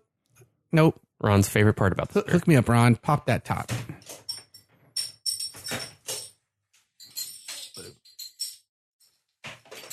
Thanks to Ma Dukes for these lovely bottle openers. Yep. All right. They are the best. Oh, that sound. Oh, yeah, buddy. Ooh, Nelly. Nice and dark. This is like some engine oil dark. Yeah, I was just going to say that the color reminds me of that Scottish beer from Harvest. Phenomenal, Yep. though. Yeah. Harvestoon. Oh my gosh, it smells heavenly. Oh, it's pretty much, just slight less of black. Yeah. And just a light brown head on it. yeah, it smells delicious. Oh my goodness. Oh, you can really smell that like chocolatey note. It's quite sweet off the nose. If I can smell it right now, you know it's good because I can't smell it. Because you're a bit croaky. A bit croaky. A little bit high. Well, shall we give this a whirl? All right. Here we go. Oh, let me get in on that. Cilantro. Cheers, gentlemen. Cheers. It's our MLS preview. Ooh. That's a smooth 11.2%. Man. Wow. And you really get that. Ooh, it's still going. Yeah, you get that bourbon at the end. Like at the very Very, end. very, very end. Yep. Like almost after For it's an gone. 11%, just so smooth. Uh-huh. Mm-hmm. Yeah, the vanilla. Wow. Good choice. Yeah. What else do we have in here? That's a hell of a beer. Vanilla. Oh, yeah, we've been, and this is what I've been, again, holding on to for a while. Actually, this is from the wife. She saw this and snagged it, and so it's been waiting in the fridge. Well done. We're going to do a pod. Thanks. It's the right one to do it with, right? Yeah. The MLS preview. Well, and again, the 2 barrel-aged 11%, beers. Yeah. We used to have 11 teams in the East. We now have 12. Beautiful. I had a third barrel-aged beer in the fridge and was wondering when to bring. I was like, gosh, I got a lot of bourbon barrel-aged beers. I didn't realize how many I had. Wow. What a good choice. Man, that is delicious. I'm drinking it in my Duck Rabbit snifter since they are the dark beer specialists. Duck Rabbit out of North Carolina, they make mostly, all dark beers. I was always like drinking my stouts out of there. What a good choice. Tasty. I gotta be careful not to drink that. Especially after a salad. And I didn't even quote any Lord of the Rings or anything. No, you didn't. I was expecting. Although I was going to say, if you get a chance to go on Manchester United's Instagram page or Facebook page, they all got a chance to meet Jon Snow. He's from Star Trek? Kit Raines or whatever his name is. He's in the Star Trek show? Is he? No, oh, I have no clue. Dork. Yeah, I'm surprised you don't watch the. He's in Game of Thrones. Yes, the Game of Thrones. You watch all the other 7.5 hour films on. The problem is dragons this. Before and trolls. It was a show. Someone gave me the first 1,200 page book. And oh God, that was rough. It was a slog. People love it. Hey, it's your thing. And so it's one of those first impressions. Okay. So it has always been hard for me to go to the show, which is not 1,300 pages. I have nothing wrong. I got big books I've read. There's just something about that one that didn't have me wanting to keep turning each page. I probably would like the show better because it's like the truncated version. Yeah. But yeah, I think it's just a first impressions thing. So that's the one nerd card thing I've not checked off. Yeah, I read the book and I made it through the first one. The problem is you don't like any of the characters. There's 78 million characters. I'm a guy I'm with you. I'm a guy that I like to like my characters. Yeah. Some people like it's cool. I get it. Like what he's doing. How did this turn into the Game of Thrones podcast? The idea of doing like a not historically based, but if a fantasy world was real, how do you mix it with the realism of our medieval world? Like how messed up things were. Right. That's a great idea. Just turns out it's not one except it's jump into for me. 7,000 pages of over descriptive Robert Ludlum style writing that makes you want to blow your brains out. Dropping the Robert Ludlum reference. You the guy that wrote the Bournes? Yep, the Bournes. Yep. He's the guy. He's the guy. Bourne movies. Maybe this is why I need to watch the show. True. Right. Bourne movies. Yeah, yeah. Cut all that down. Great story. Yeah. Great idea. Little known fact. Wolverine is based off of the Bourne Ultimatum books before they were huge. Because I was like, what? No, they're not. But a guy who loses his memory and is a special you're like, oh my gosh, because he was invented in the 70s. I just wanted to say that Ole Gunnar Solskjaer took a picture with Jon Snow, and on the back of the kid it said King of the North on the Manchester United jersey. I just thought that was cool. See what you did there? No, that was a fun nerd talk. Thank you for taking me down that realm of... You learned something. Where Wolverine came from. Yeah. We got Bourne Ultimatum in this. Robert Bourne Identity. Name drop. Yeah. Whew. Man, wow. We got... what I his name? You haven't turned off this pod by now. Thank you. George R.R. Martin in there. Hey, still, one of these days when it's a slow soccer news time, I want to set up that your best fantasy 11 football... Speaking of which, in the book that I got by you fantasy, guys, I mean literally like Obi-Wan Kenobi is your right winger. Do you have the book that I got you in the studio? Because there was a page in the Men in Blazers where they put together a Game of Thrones 11 side. So it is fantastic. So we should do that. We'll just leave Game of Thrones out if they've all whatever sci-fi characters. Yeah, they'd be terrible at that. That'd be great. Juggernaut is like your goalkeeper. I guess the question is, do they all have their powers? I mean, everybody's got them. Oh, so then you just all right. Nerd who's your coach? Captain Picard. Calling it. Damn, what the? I was mentioning the stupid picture that I saw on Instagram. And look what you did. And you asked, just run with it. And I would like to point out that I was proud that I was I didn't make any weird fantasy reference. Because even though it was Dragon's Milk, you started all the fantasy references. You're right, I did. I'm so sorry for that. It was all you. And all of our nerds came out. Dropped comic stuff, fantasy stuff. Ron got in Bourne Ultimatum or Bourne Identity stuff. It totally dropped in everybody's nerd stuff. I won't talk about the fact I finally just saw Crimes of Grindelwald the other day. We won't go there. I haven't seen it yet. That was boring as hell, wasn't it? God almighty. It was a little boring. God, I checked my pulse 4 or 5 times. I'm getting a little tired of Johnny Depp, but actually, if he turned into Jack Sparrow right now, it might be a lot more entertaining. Yeah. Let's get into what I'm a nerd about. Soccer. Zlatan Ibrahimovic? That is 100% true. He is mentioned in this preview. You guarantee it. Yep. All right, so we'll take us away, Ferris. We put together. I was going to say, what am I? So you start put together in the East with. We'll go from in order of how they finished in 2018, with the new team being last. And the New York Red Bulls finished last year on 71 points, the most in MLS history. Unfortunately, they did not make it all the way through the playoffs. They only finished as the Shield winners. A couple of notable ins and outs. Tyler Adams in the offseason headed to RB Leipzig to join his coach, who's now an assistant over there.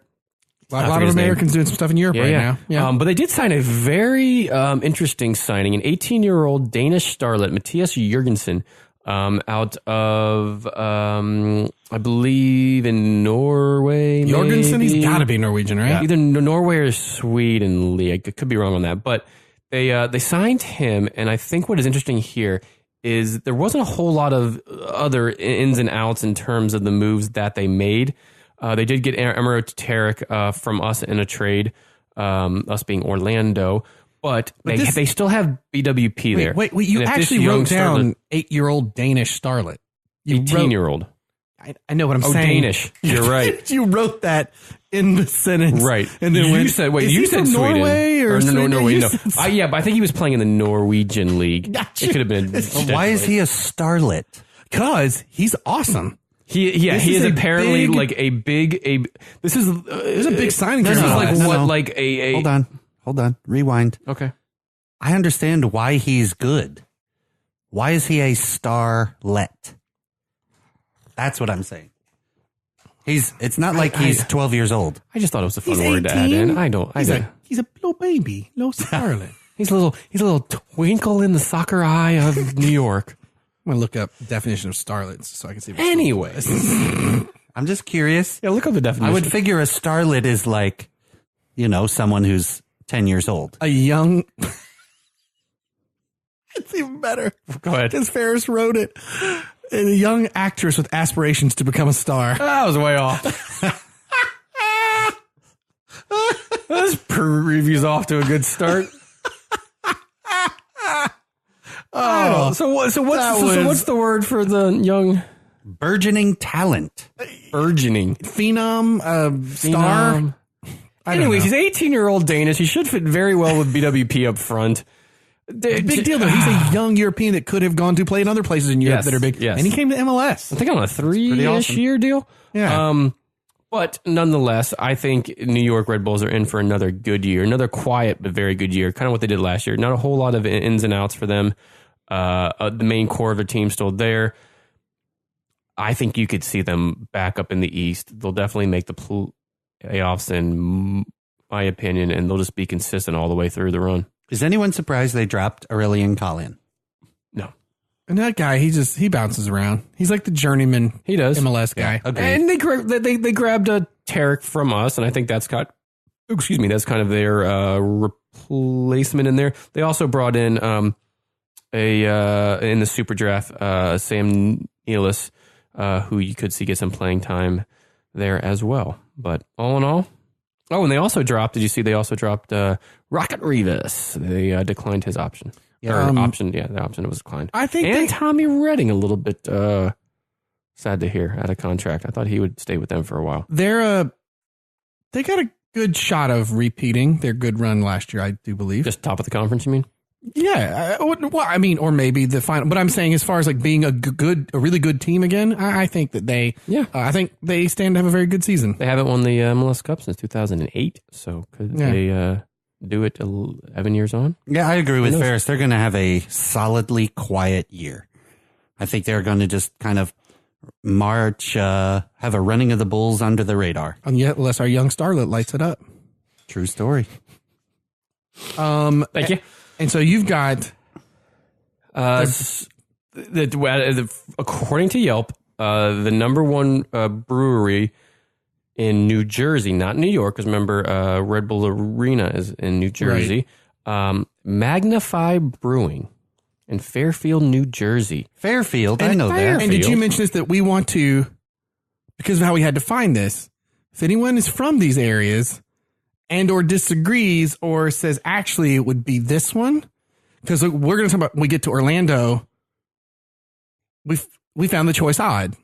not bad, but Correct. just odd. Yeah. So if anyone, please let us know what it would be. Yeah, let's know your thoughts on these. Yeah.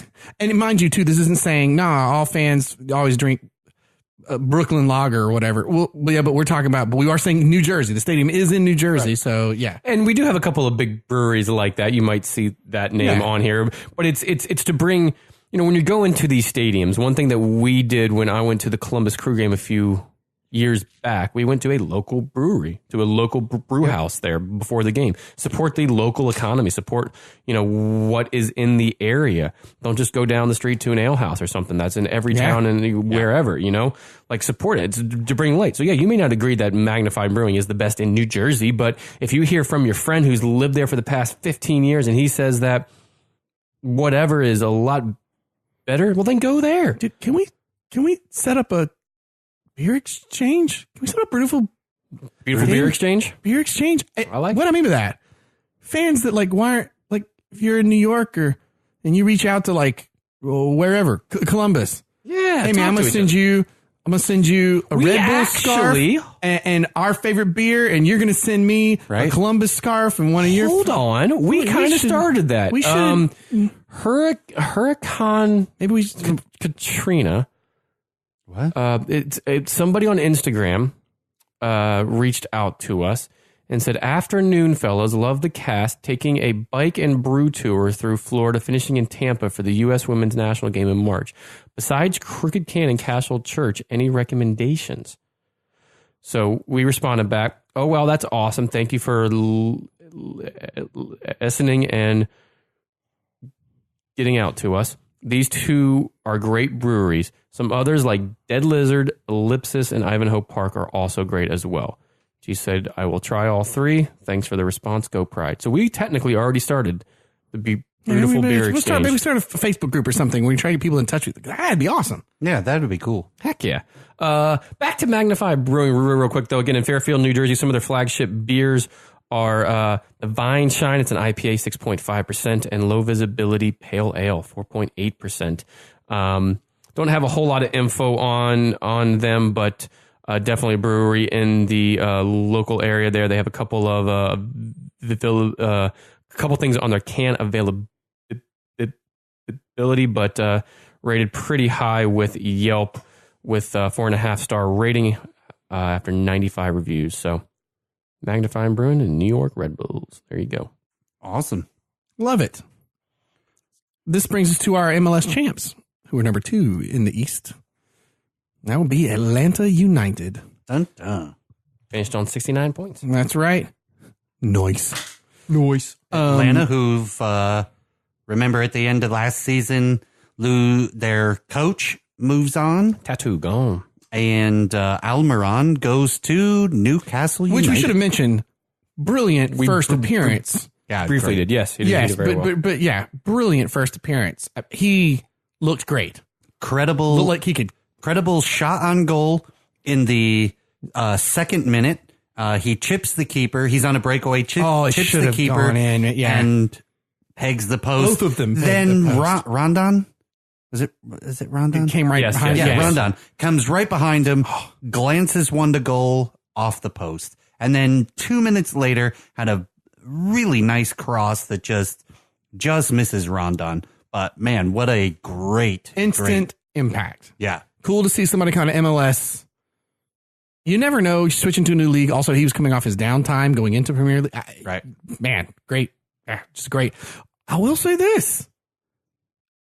His instant impact in the Premier League does make you wonder, man, what is Atlanta United going to look like? Yeah. Well, they brought in Breck Shea, and I'm curious. That is not a 1-for-1. No, it's not. But I'm curious to watch him fit into this team because I kind of think he hasn't been looking very good since he left Orlando. And they did sign Pogba. I love that headline. They did. Right. They did sign Pogba. Florentine Pogba, who is a left-ish back. But they also, I think the two biggest signings out of that were Frank de Boer, who is now their new head coach, who last we saw and heard of him, did very good with the Ajax team, but last we saw we heard of it, Ajax, exactly. Sponsored by the cleaner. Squeaky clean. Was sacked after, 9 games with Palace? Yep. So, yes, he does play a similar style of ball as Tattoo, very, very open, free, attacking style, which has served that club well. But without Almiron there and without the team necessarily behind him, we don't know if they're fully behind him or not. But Tattoo, he definitely had the respect of the players. Yeah. They also don't have Greg Garza anymore on that back line. He was surplus to requirements via the super draft. Repeating MLS is hard. You're basically saying what is a known truth. It is very difficult to repeat. But they did MLS. sign River Plate's leading goal scorer and helped them to win this year's Copa Libertadores. Pity Martinez signed with the team after they won that. 96 appearances for him, 24 goals. Can he bring what Almiron brought? Who knows? But to pair him with Joseph Martinez, I think you should see a lot of goals out of Atlanta again this year. It's going to be a tale of two Martinez. Yeah. I see what you did there. Wait for that headline to come out. You're welcome. And now the brewery in there, a lot of you have pretty positive have heard. It is Sweetwater Brewing. This is particular, though, an era where I hope some Atlanta fans might say, well, actually, yes, this is what we go to. There's a bunch of breweries in Atlanta. There are so many breweries. We did have the one, but that was actually technically from Decatur. I believe it wasn't actually from Atlanta. So yeah, just outside. No, but yes. So Sweetwater Brewery. Yeah, you've heard of their extra pale 420. Going coastal, hop hash. There's some of the names of the ones that they put out, and you can usually get those just about anywhere, especially in the South. You can find them, but you can head to their site, sweetwaterbrew.com.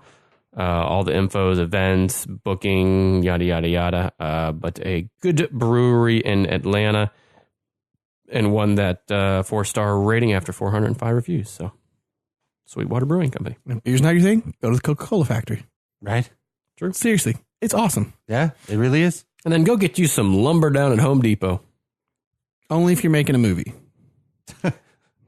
No, seriously, they had to make separate Home Depots and Lowe's just for the movie industry there that regular people can't go to because it's so busy. Oh, Atlanta, Hollywood of the South. True story. Yeah. That brings us on to NYCFC, who finished on 56 points. That puts them in third. So this is interesting because they, David Villa and Tommy McNamara are out. Gone. Which now means... They gone. Yeah, well, not only does it mean Ferris that... didn't say that, and I feel like it had to be said. Oh, sorry. Ferris always says that. No original members of the squad, of the expansion squad, remain. Now, it's a whole new era. Yeah. Correct, yeah. And I don't really know. This is a hard one to say what it's going to be like. Yeah, I don't really know. It's going to be interesting for them. I don't. Tony Rocha got brought in. Keaton Parks on loan from Benfica is a good signing in the midfield. Midorita comes in. Yeah. Keaton Parks comes in. Juan Pablo Torres comes in. For me, there's a very big question mark. How quickly they coalesce, come together? What do you know? Right, and who's going to really put the ball at a consistent? Who's going to consistently put the ball in the back of the net for them? David Villa has been that guy, right? And he's not there. And honestly, I think New York City FC could fall out of the playoffs for the first time in their history. So when we do our picks for the biggest one that team, doesn't make it, we'll see. David Villa, where did he do? Where is he going? He, I thought, went to a team in Qatar. I think you're right. I'm going to look it up. Sounds about right. I know Iniesta went out there somewhere. No, he went to a club in China. Who did he join? Gabby, didn't he join? Whatever, yeah.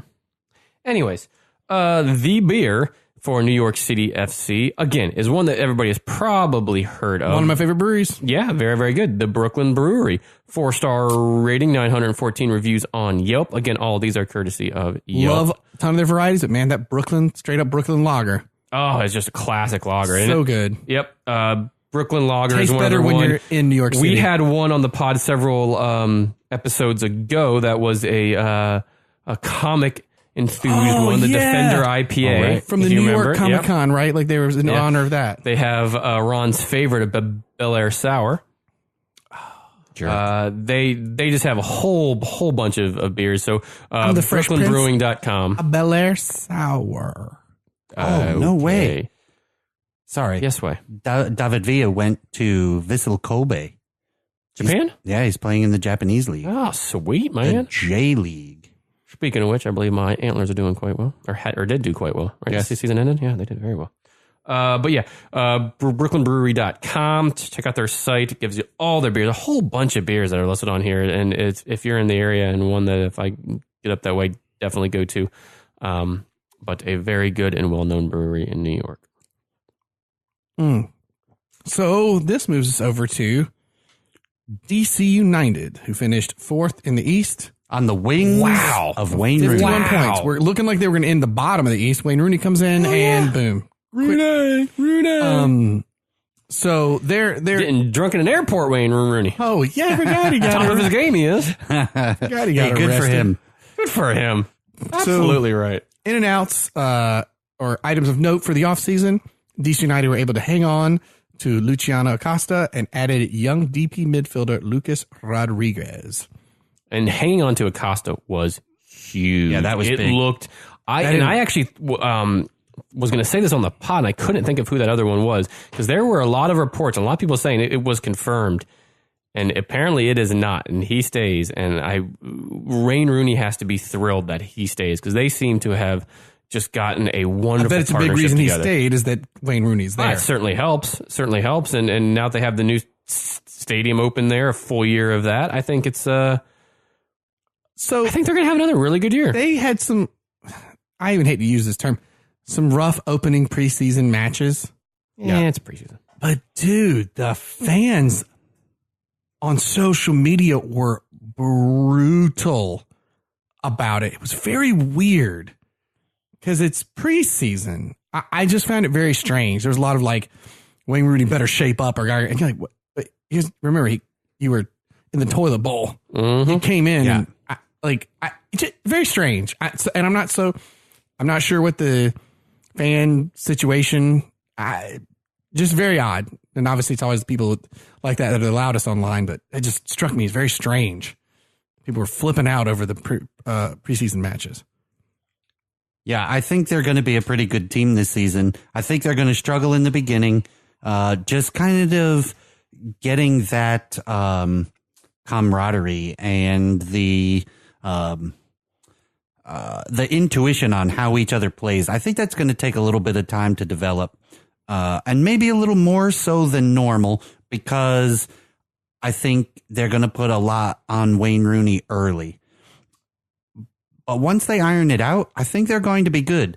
I think the only thing they could be struggling on is if Wayne Rooney is injured and misses matches, how does that, the above average talent that I think they have, how does that gel? Because it was very clear when Wayne Rooney came in last season, he was the catalyst.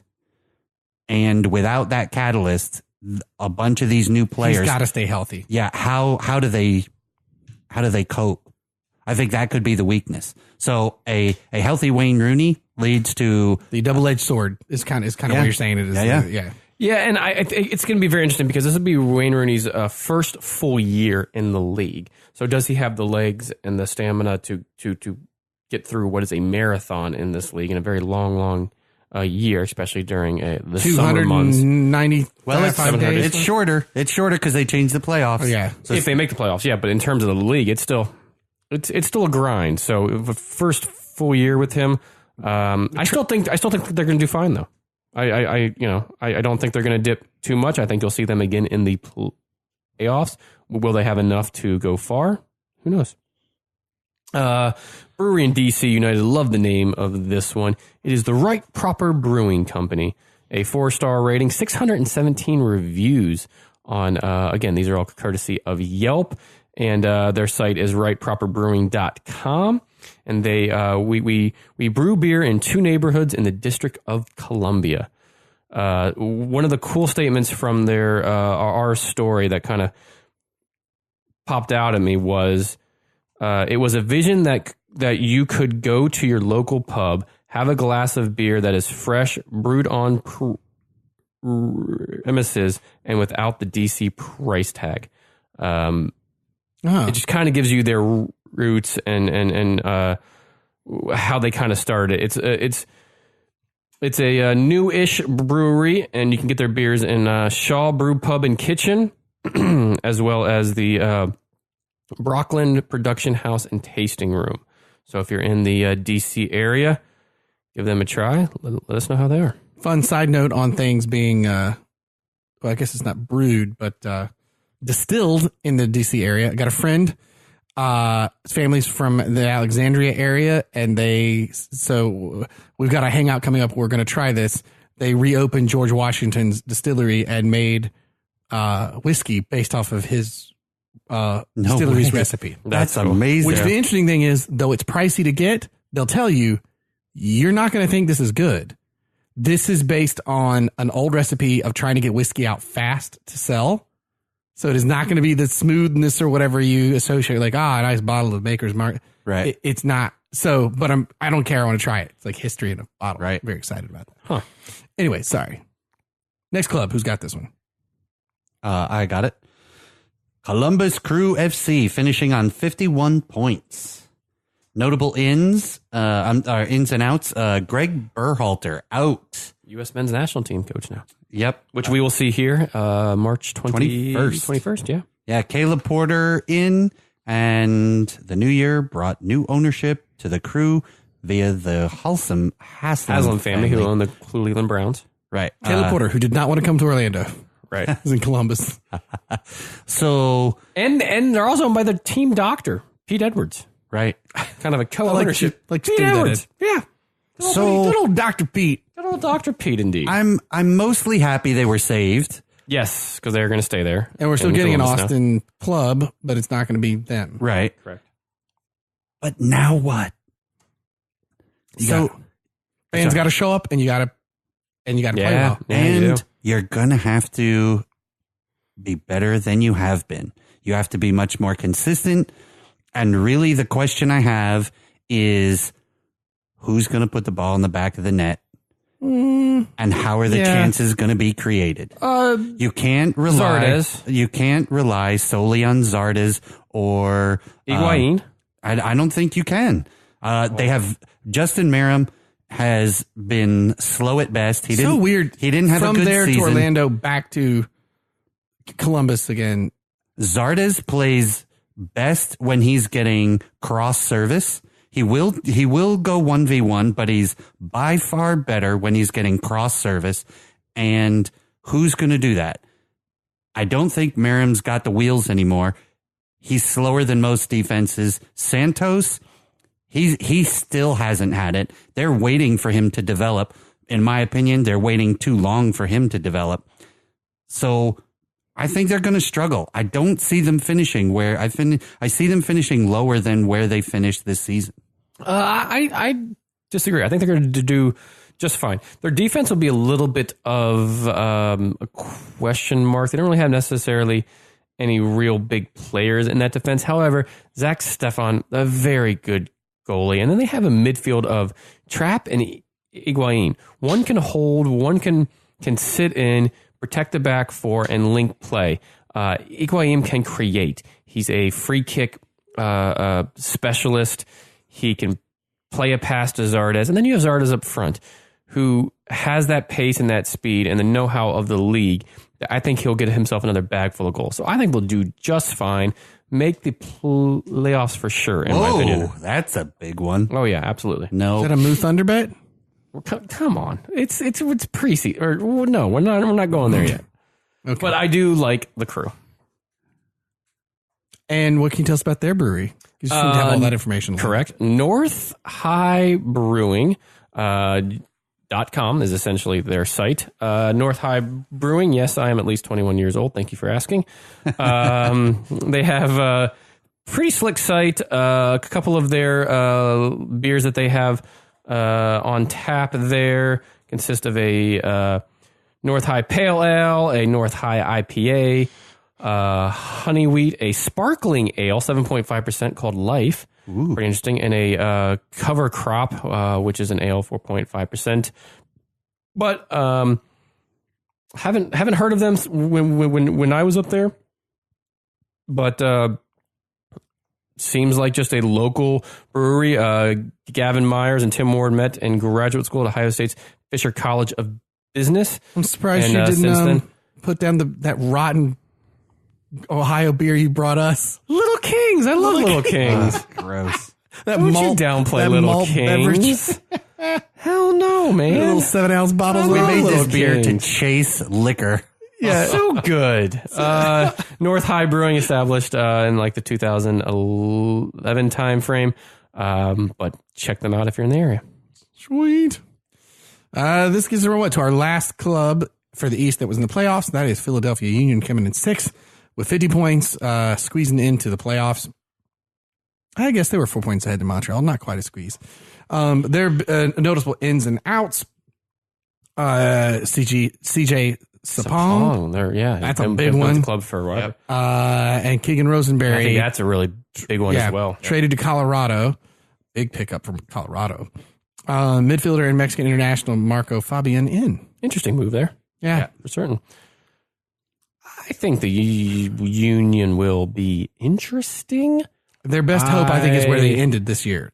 At 6th. That is their best hope. I agree, because I don't think they're actually going to make the playoffs this year. Yeah, I think this is a big learning curve season. They're going to change. But you know what? They didn't have a great year last year. They still managed to get in the playoffs. That's but true. That speaks to the East. Anything below the third or fourth place was right.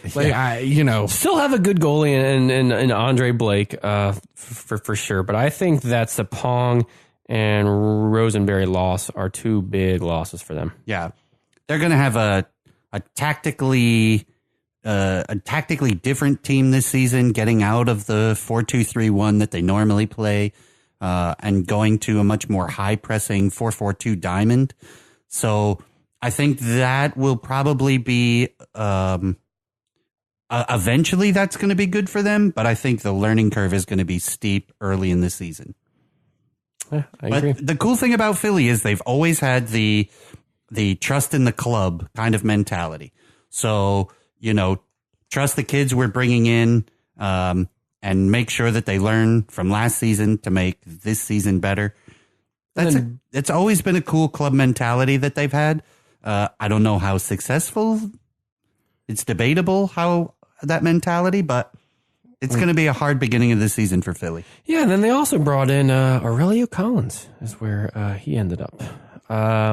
Lee Brewery in Philly. Love City Brewing Company. 4.5-star rating, 85 reviews, and they have a really slick site as well. You can go to their site, which is lovecitybrewing.com, and it kind of gives a little history on their story. They have a mug club. Kevin and Melissa, you could say that beer brought them together. They chatted and started one in that area around, again, the 2011 time frame. So looks like a very cool brewery. They have some of the beers that they should have all the time. Consist of a lager, a wheat, and IPA, session IPA. So slick site, again, lovecitybrewing.com. That brings us to the Montreal Impact, finished on 46 points last season. Their notable ins or outs, Maxi Urruti in from Dallas. That's a good signing. That's going to be a fruitful signing. And they still have Piatti. Yes, they absolutely do. And I think that's just he's a player, man. And I think they needed it. And Ignacio Piatti, and they needed to. Because I need him to join Ignacio's Nacho Monreal's Nacho sack. But of course, Ignacio Piazza. What's his name again? Piazza. No, that's that guy that. Wait, there's Ignacio Piatti. So I think Piatti. I think a very good strength for them this season is that for probably one of the first times in the past few years, they have an identity. They've always struggled with having an identity. This year, they have one coming off of the success of the end of last year's season. The weakness, I think, is that they're really going to have to gel around Piatti to make them successful. So while I do think that a Rudy will certainly help, and he will pull more than his weight, they're going to have a rocky start to the beginning while they kind of feel each other out and gel as a team. Yeah, I think they come good, though. They have a lot of attacking talent and a pretty decent midfield that I think they'll get enough points, and I think you could kind of see them swap with Philly there, where Philly might not make the playoffs. I was going to say I could see them squeezing into that. Kind of squeezing in there. I don't think they'll be up there in fourth through first, but somewhere in that fifth or sixth realm for certain, I think. Yeah, agreed. The brewery in Montreal, Quebec, and I'm going to do my best to say this, again, according to Yelp. Brewpub du Ciel? There, thank you, Blake. That sounds right. Yes. Sure, better than I don't know what it means, but dudecel.com. And they have a whole bunch of their Monumentum beers, as well as a whole bunch of beers that they have the Rotation series. And if you go to their site, again, it's dudecel.com, some very slick art on their beers. This kind of old style woman Renaissance-esque artwork on a lot of their bottles. So a lot of cool beers that would love to try. But if you get a chance, go to that site. And if you're in the Montreal, Quebec area, give them a try. It looks like they have a ton of beers. Get some awesome poutine and get some of their beer. Right? Yeah. This moves over to 8th place, finished with 41 points. New England Revolution. Noticeable ins and outs. Chris Tierney and Kylan Rowe are out. Charles Guilford and Juan Fernando Castillo.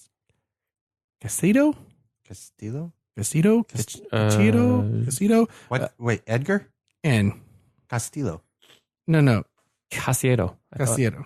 Unless it's spelled differently.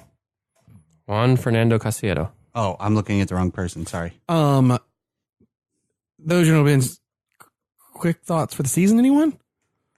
Do we see a happy ending in New England's future? I do think that. Really? I'm with you. I was going to make the joke. So what was it? I'm sorry. No. Do we see a happy ending in New England's future? Oh, there he goes. Read the news. Read the news. Just waiting to rub one out there. Hey, look, I will tell you I mean, how hard it was to say notable ins and outs and not drop the joke there. True. That flew right over my head. I was getting ready to just talk about the soccer and damn it. I do think that they have a little bit more attacking now, and goals will be something that will come a little bit easier for them. However, I don't think they're going to make the playoffs, and I think Brad Friedel is still rebuilding this team. I just think they'll end up about where they currently ended last year. So I think one of their strengths is also their weakness. The thing that came in handy the most. Keep going. Yeah. I see what you did there. Thank you. Is their high pressing defense. I think that helped them out more than anything last season, even though they were having issues from mid-June onward, whenever. I think that's going to be way better this year. But what they have to do is figure out, once a team breaks down that high press. Last season, they were just trash. They just rolled over. So if they can figure out how to mix up this high press, they're going to have a pretty solid defense. But it's also their greatest weakness, because if they can't figure it out, it's going to be it's going to be a free-for-all. Teams are going to run rampant on it. Brad Friedel, I believe, in his first full season as head coach there. So interesting to see what he can kind of pull out of the hat. If he can get them into the playoffs, that'll be a big plus for New England.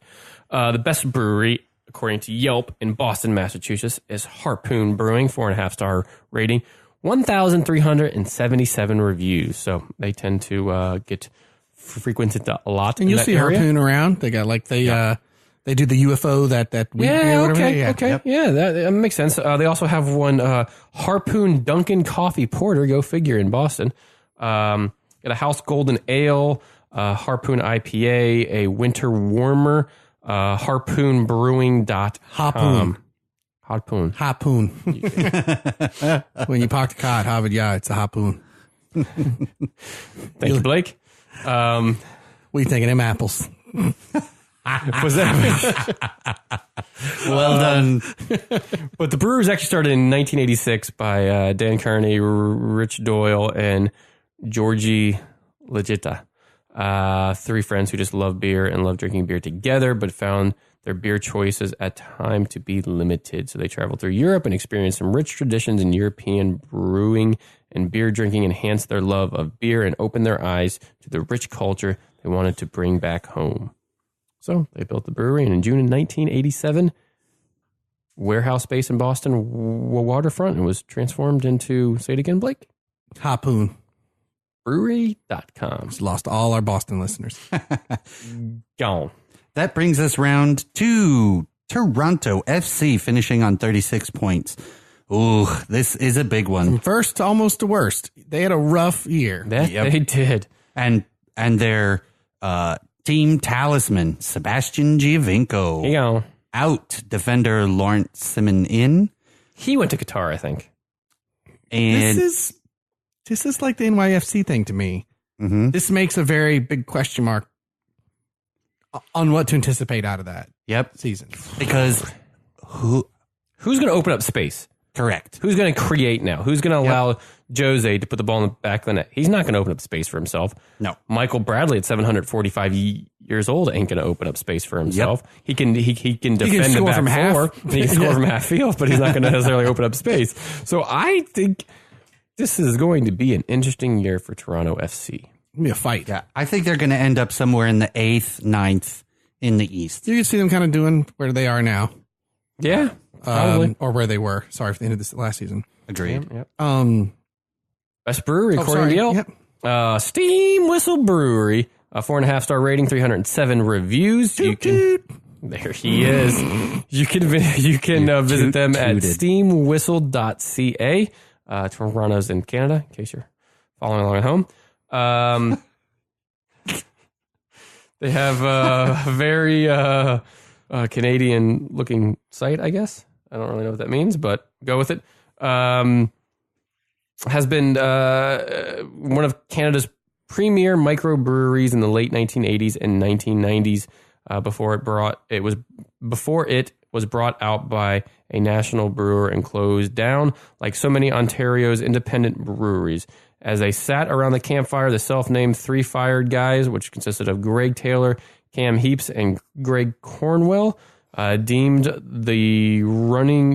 to run their own brewery one day, and one day that would make a Pilsner to compete with the best in the world. Over the past 2 decades, Steam Whistle has grown from a dream hatched by the fireside into one of Canada's largest and most beloved independent breweries.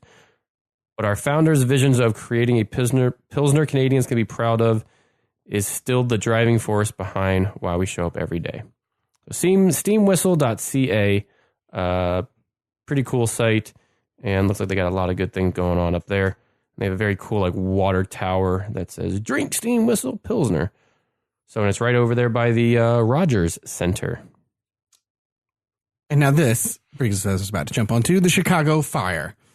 Notable ins and outs: Bastian Schweinsteiger, Dax McCarty, and Nikolic are still there. Not really ins and outs, just holding steady. That's a good thing. Yes. Because, to keep those people, I think, is probably a good thing. I think it's good because the rest of the team are, according to Ferris's earlier statements, the rest of the team are kind of starlets. So they're gonna need the Bastian Schweinsteigers to really help lead and mentor the rest of the team as it goes through the season. I think they're all motivated. I think they are going to play well as a team. I don't know that they have the depth in the bench to really to make out the marathon. So I don't really see them making more than 5th in the West. East, you mean? That too. Yeah, my bad. Yeah, I think that's maybe even pushing it. Yeah. I'm with you. I think they'll do better than they did last year. I think Dax and Schweinsteiger definitely have to play up to par and for a very long season, so I think that could be tough. But I don't think the Chicago Fire will be as bad as they were last year. I think they'll definitely improve a little bit. And our brewery of note, because this actually, we learned something. Yeah, we did. Prior to this. Was Lagunitas Brewing Company, which when I read it, I said, that's not right. They're in California. Yeah. But while they started in California, they wanted to branch out and make a second brewery, and their second one is in Chicago. No. Yeah, so we learned something there. I did not know that. So, nice. Yeah, it's pretty cool. Lagunitas, great brewery. Oh, man. Lagunitas.com. So many good beers. Yeah, it's basically what Ake said. It was Northern California, 1993, where it kind of all started, and then moved out to the east in Chicago, and they have a couple of tap rooms located, they have one in Chicago, one in Seattle, and then a couple in California, it looks like. Some of their flagship beer, who you probably see just about everywhere, is Lagunitas IPA, Little Something, and their 12th of the something ale. Well, and the pills, of course. Oh, their pills. I love their pills. Their pills, yeah. Lagunitas.com. Their little something's good too. Oh, right. I forgot I haven't did had that one in ages. Man. Yeah. All right. Well, that brings us round to Orlando City SC, our hometown club. We didn't. 28 points. We were last in the East, and that goal differential was awful. Yeah. Bad. So allegedly, there's nowhere to go but up. In theory, right? We could go down at this point because there's 12 teams now opposed to 11. Right. Yeah, it could get worse. I hate to bear bad news, but it could always happen. So notable ins are Nani and Matinho, while Yotun and Joe Bendick are amongst a gigantic horde of the team players who were Spector, Larea, Bendick, Sutter, Toya, Villarreal, Edwards, PC, Elmanir, Tarek, Rocha, Yotun, Pino, RJ Allen. We don't know who we're going to see this Saturday. No, but I'm looking forward to it. And here's why. I think James O'Connor had a chance this offseason while we didn't have necessarily a GM in place quite yet. We did towards probably about halfway through our offseason. He had his hand in a lot of the early transfers, like the Matinho transfer. And I feel like he has built a team to how he wants to play and the style at which he wants to play and how he did at Louisville. And if he has a chance to do that, which from all accounts he has, and he's added Nani to that, I like that more so than what we have done in the past. And what I mean by that is Kaká was a wonderful DP player for us to start the franchise. He was a face of the city. He was the name of the city. But we built the team around him. He wasn't an addition to a team that we had already built and had in place. We didn't have an MLS identity yet. Correct. Yeah. So now that we still don't. But now that we have seemingly watched O'Connor build this team in the offseason and then add Nani in towards the end of it as an added piece, if he produces the way he has at Sporting and United, he can create, he can form that partnership with Don, he can open up space. I think he will be a great asset to this team. Now, that could go completely sideways. We could end up in 12th, be done by July, and he's hurt, wanting to go to Disney, and then we're just that could happen too. Yeah. Which is possible. No different. Right, and we've seen that in the past because this is the second season in a row that we've done these wholesale just changes. Right. Now, for what it's worth, it's still just preseason, but we've had a pretty decent preseason. I just don't want to judge this team until July. Yeah, I agree. Oh, yeah. I agree. Yeah. I think we started last year 6 in a row winning. Yeah. So, I mean, yeah. That lasted long. I think the thing I'm most excited about is the Dwyer, Nani, Kleshtian kind of grouping with Smith on the right, Acosta on the left, playing those box to box style wingers. I think that could prove really fruitful as the season goes on. But I think, again, this is one of the MLS teams that's going to have a bit of an identity crisis and an uphill battle in the first 2 months of the season. Yep. Yeah, but you know what? If we have that battle the first 2 months and then we come on in the last few months, that's something different that we haven't seen here before, and I would like to see that a little bit more. Agreed. Especially as we go into what will hopefully be a substantial playoff fight. Yeah, playoffs. I agree with you. The brewery, this was an best in the one. Orlando area, according to Yelp, 4.5 stars with 144 review. Ocean Sun Brewing. It is a part of the L Trail. I've been there before. It is a awesome place and some very good breweries they are located. Yeah, but we have a bunch here. He did specifically go with Orlando too. Yeah, I know. Not, yep. You know, not Winter Park, not Winter Garden or Lake like anything like that. Yeah. It's off of Curry Ford Road in Orlando, Florida. Currently, what's they're pouring as of February 23rd at 8:06 p.m. Eastern time. Sunny day. Hellas, Recovery Ride,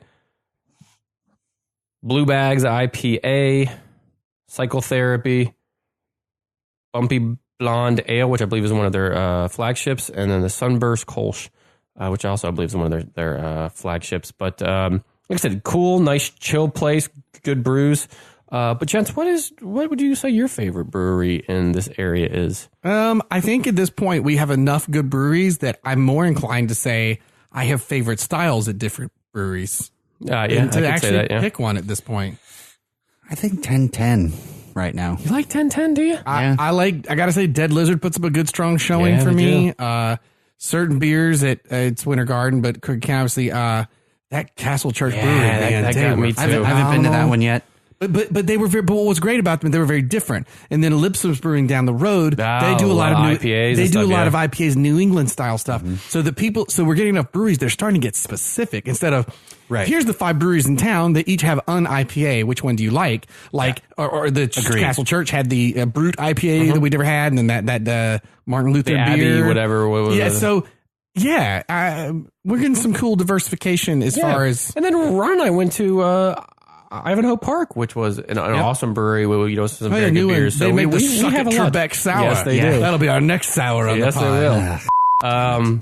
But yeah, whole, just like I'm sure a lot of these cities we've gone over, just one of the several breweries, and everybody probably has their own favorites and their own best styles and favorite brews and favorite places to hang out and so on and so forth. But yeah, last team in the Eastern Conference is the New Boys. They become the 24th team in the MLS, FC Cincinnati.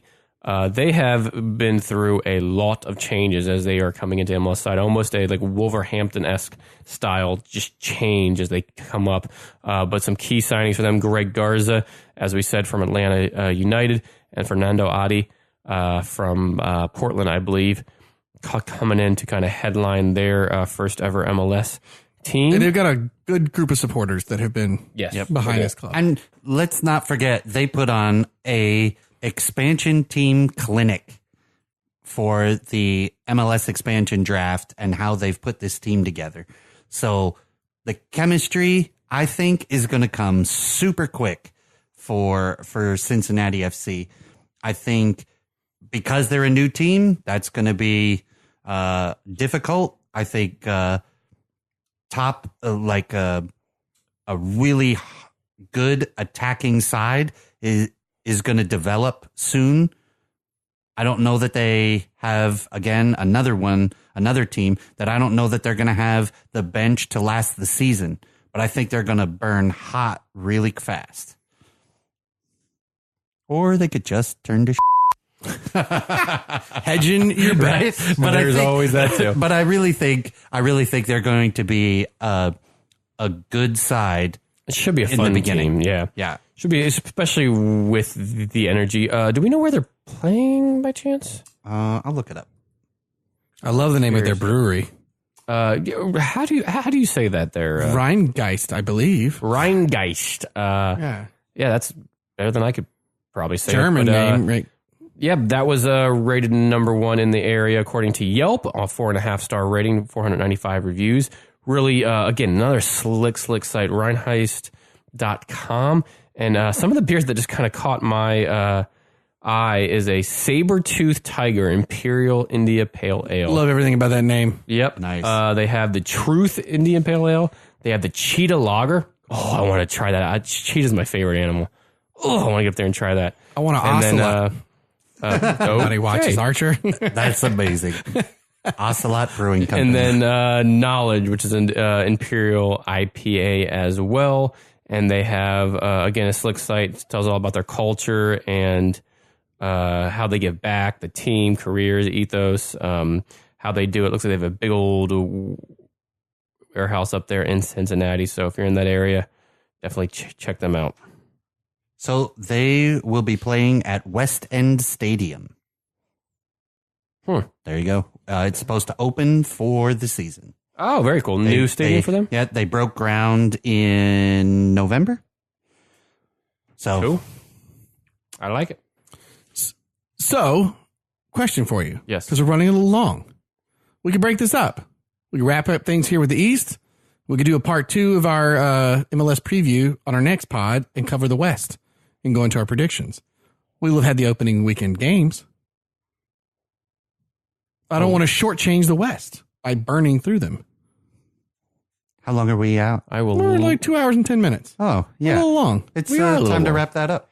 Yeah, it's a good, you know what I'm saying? I'm good fine content. We'll copy and paste this to the next one. We'll kick off with that and kind of go in. Yeah, and we started the East because guess what we're going to see here? We're going to see the East this weekend. We're going to see the East. We're going to see Orlando City and New York City, 2:30 Eastern time. Orlando City Stadium. Your homework. We'll do this, but you can insert any games that we want to along with it that might, tie into it.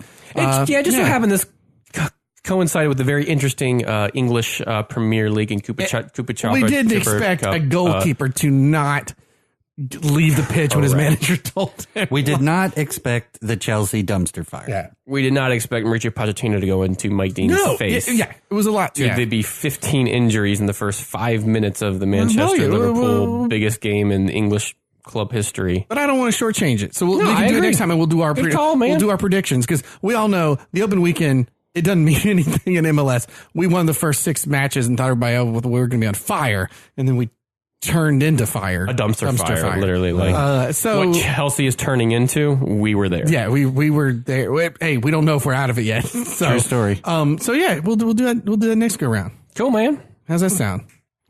Good, man. And this beer is good. Man, this dragon's milk's delicious. Just so you know, I wrote down a really good dad joke, and when I showed it to my friends, they told me not to show it.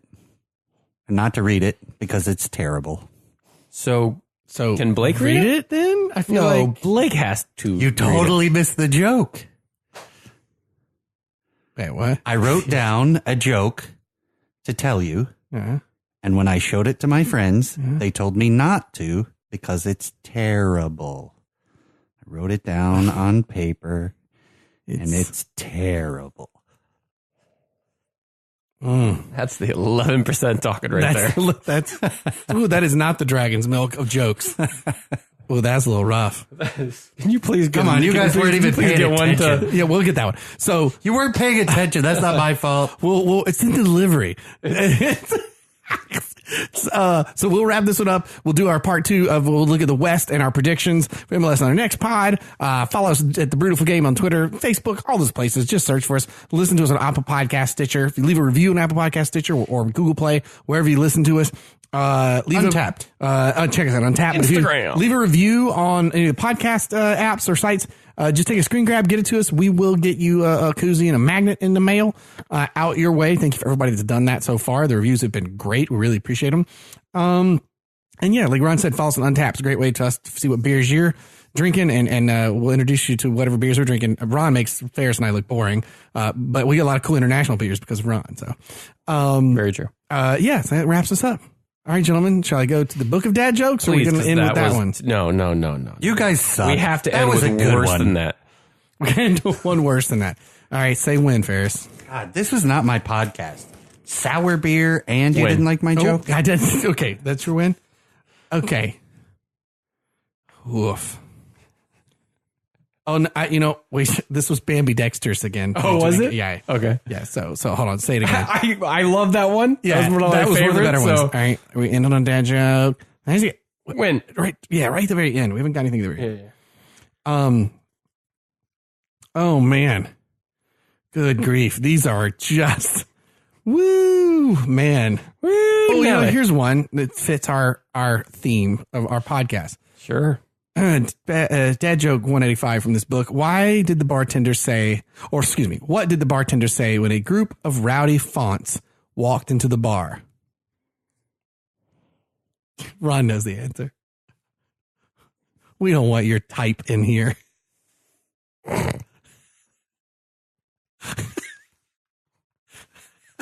I love when they hurt Ferris's head. Oh man. Okay. That's a classic. Yeah. Love the beer. Cherish the game. That's a classic. The Brewtiful Game. Oh. As Eddie Izzard said, I love to end the show on a bit of a, and I think we've done that. It's terrible. Hashtag drink local. Hashtag, sorry, not sorry. Hashtag Kepa out.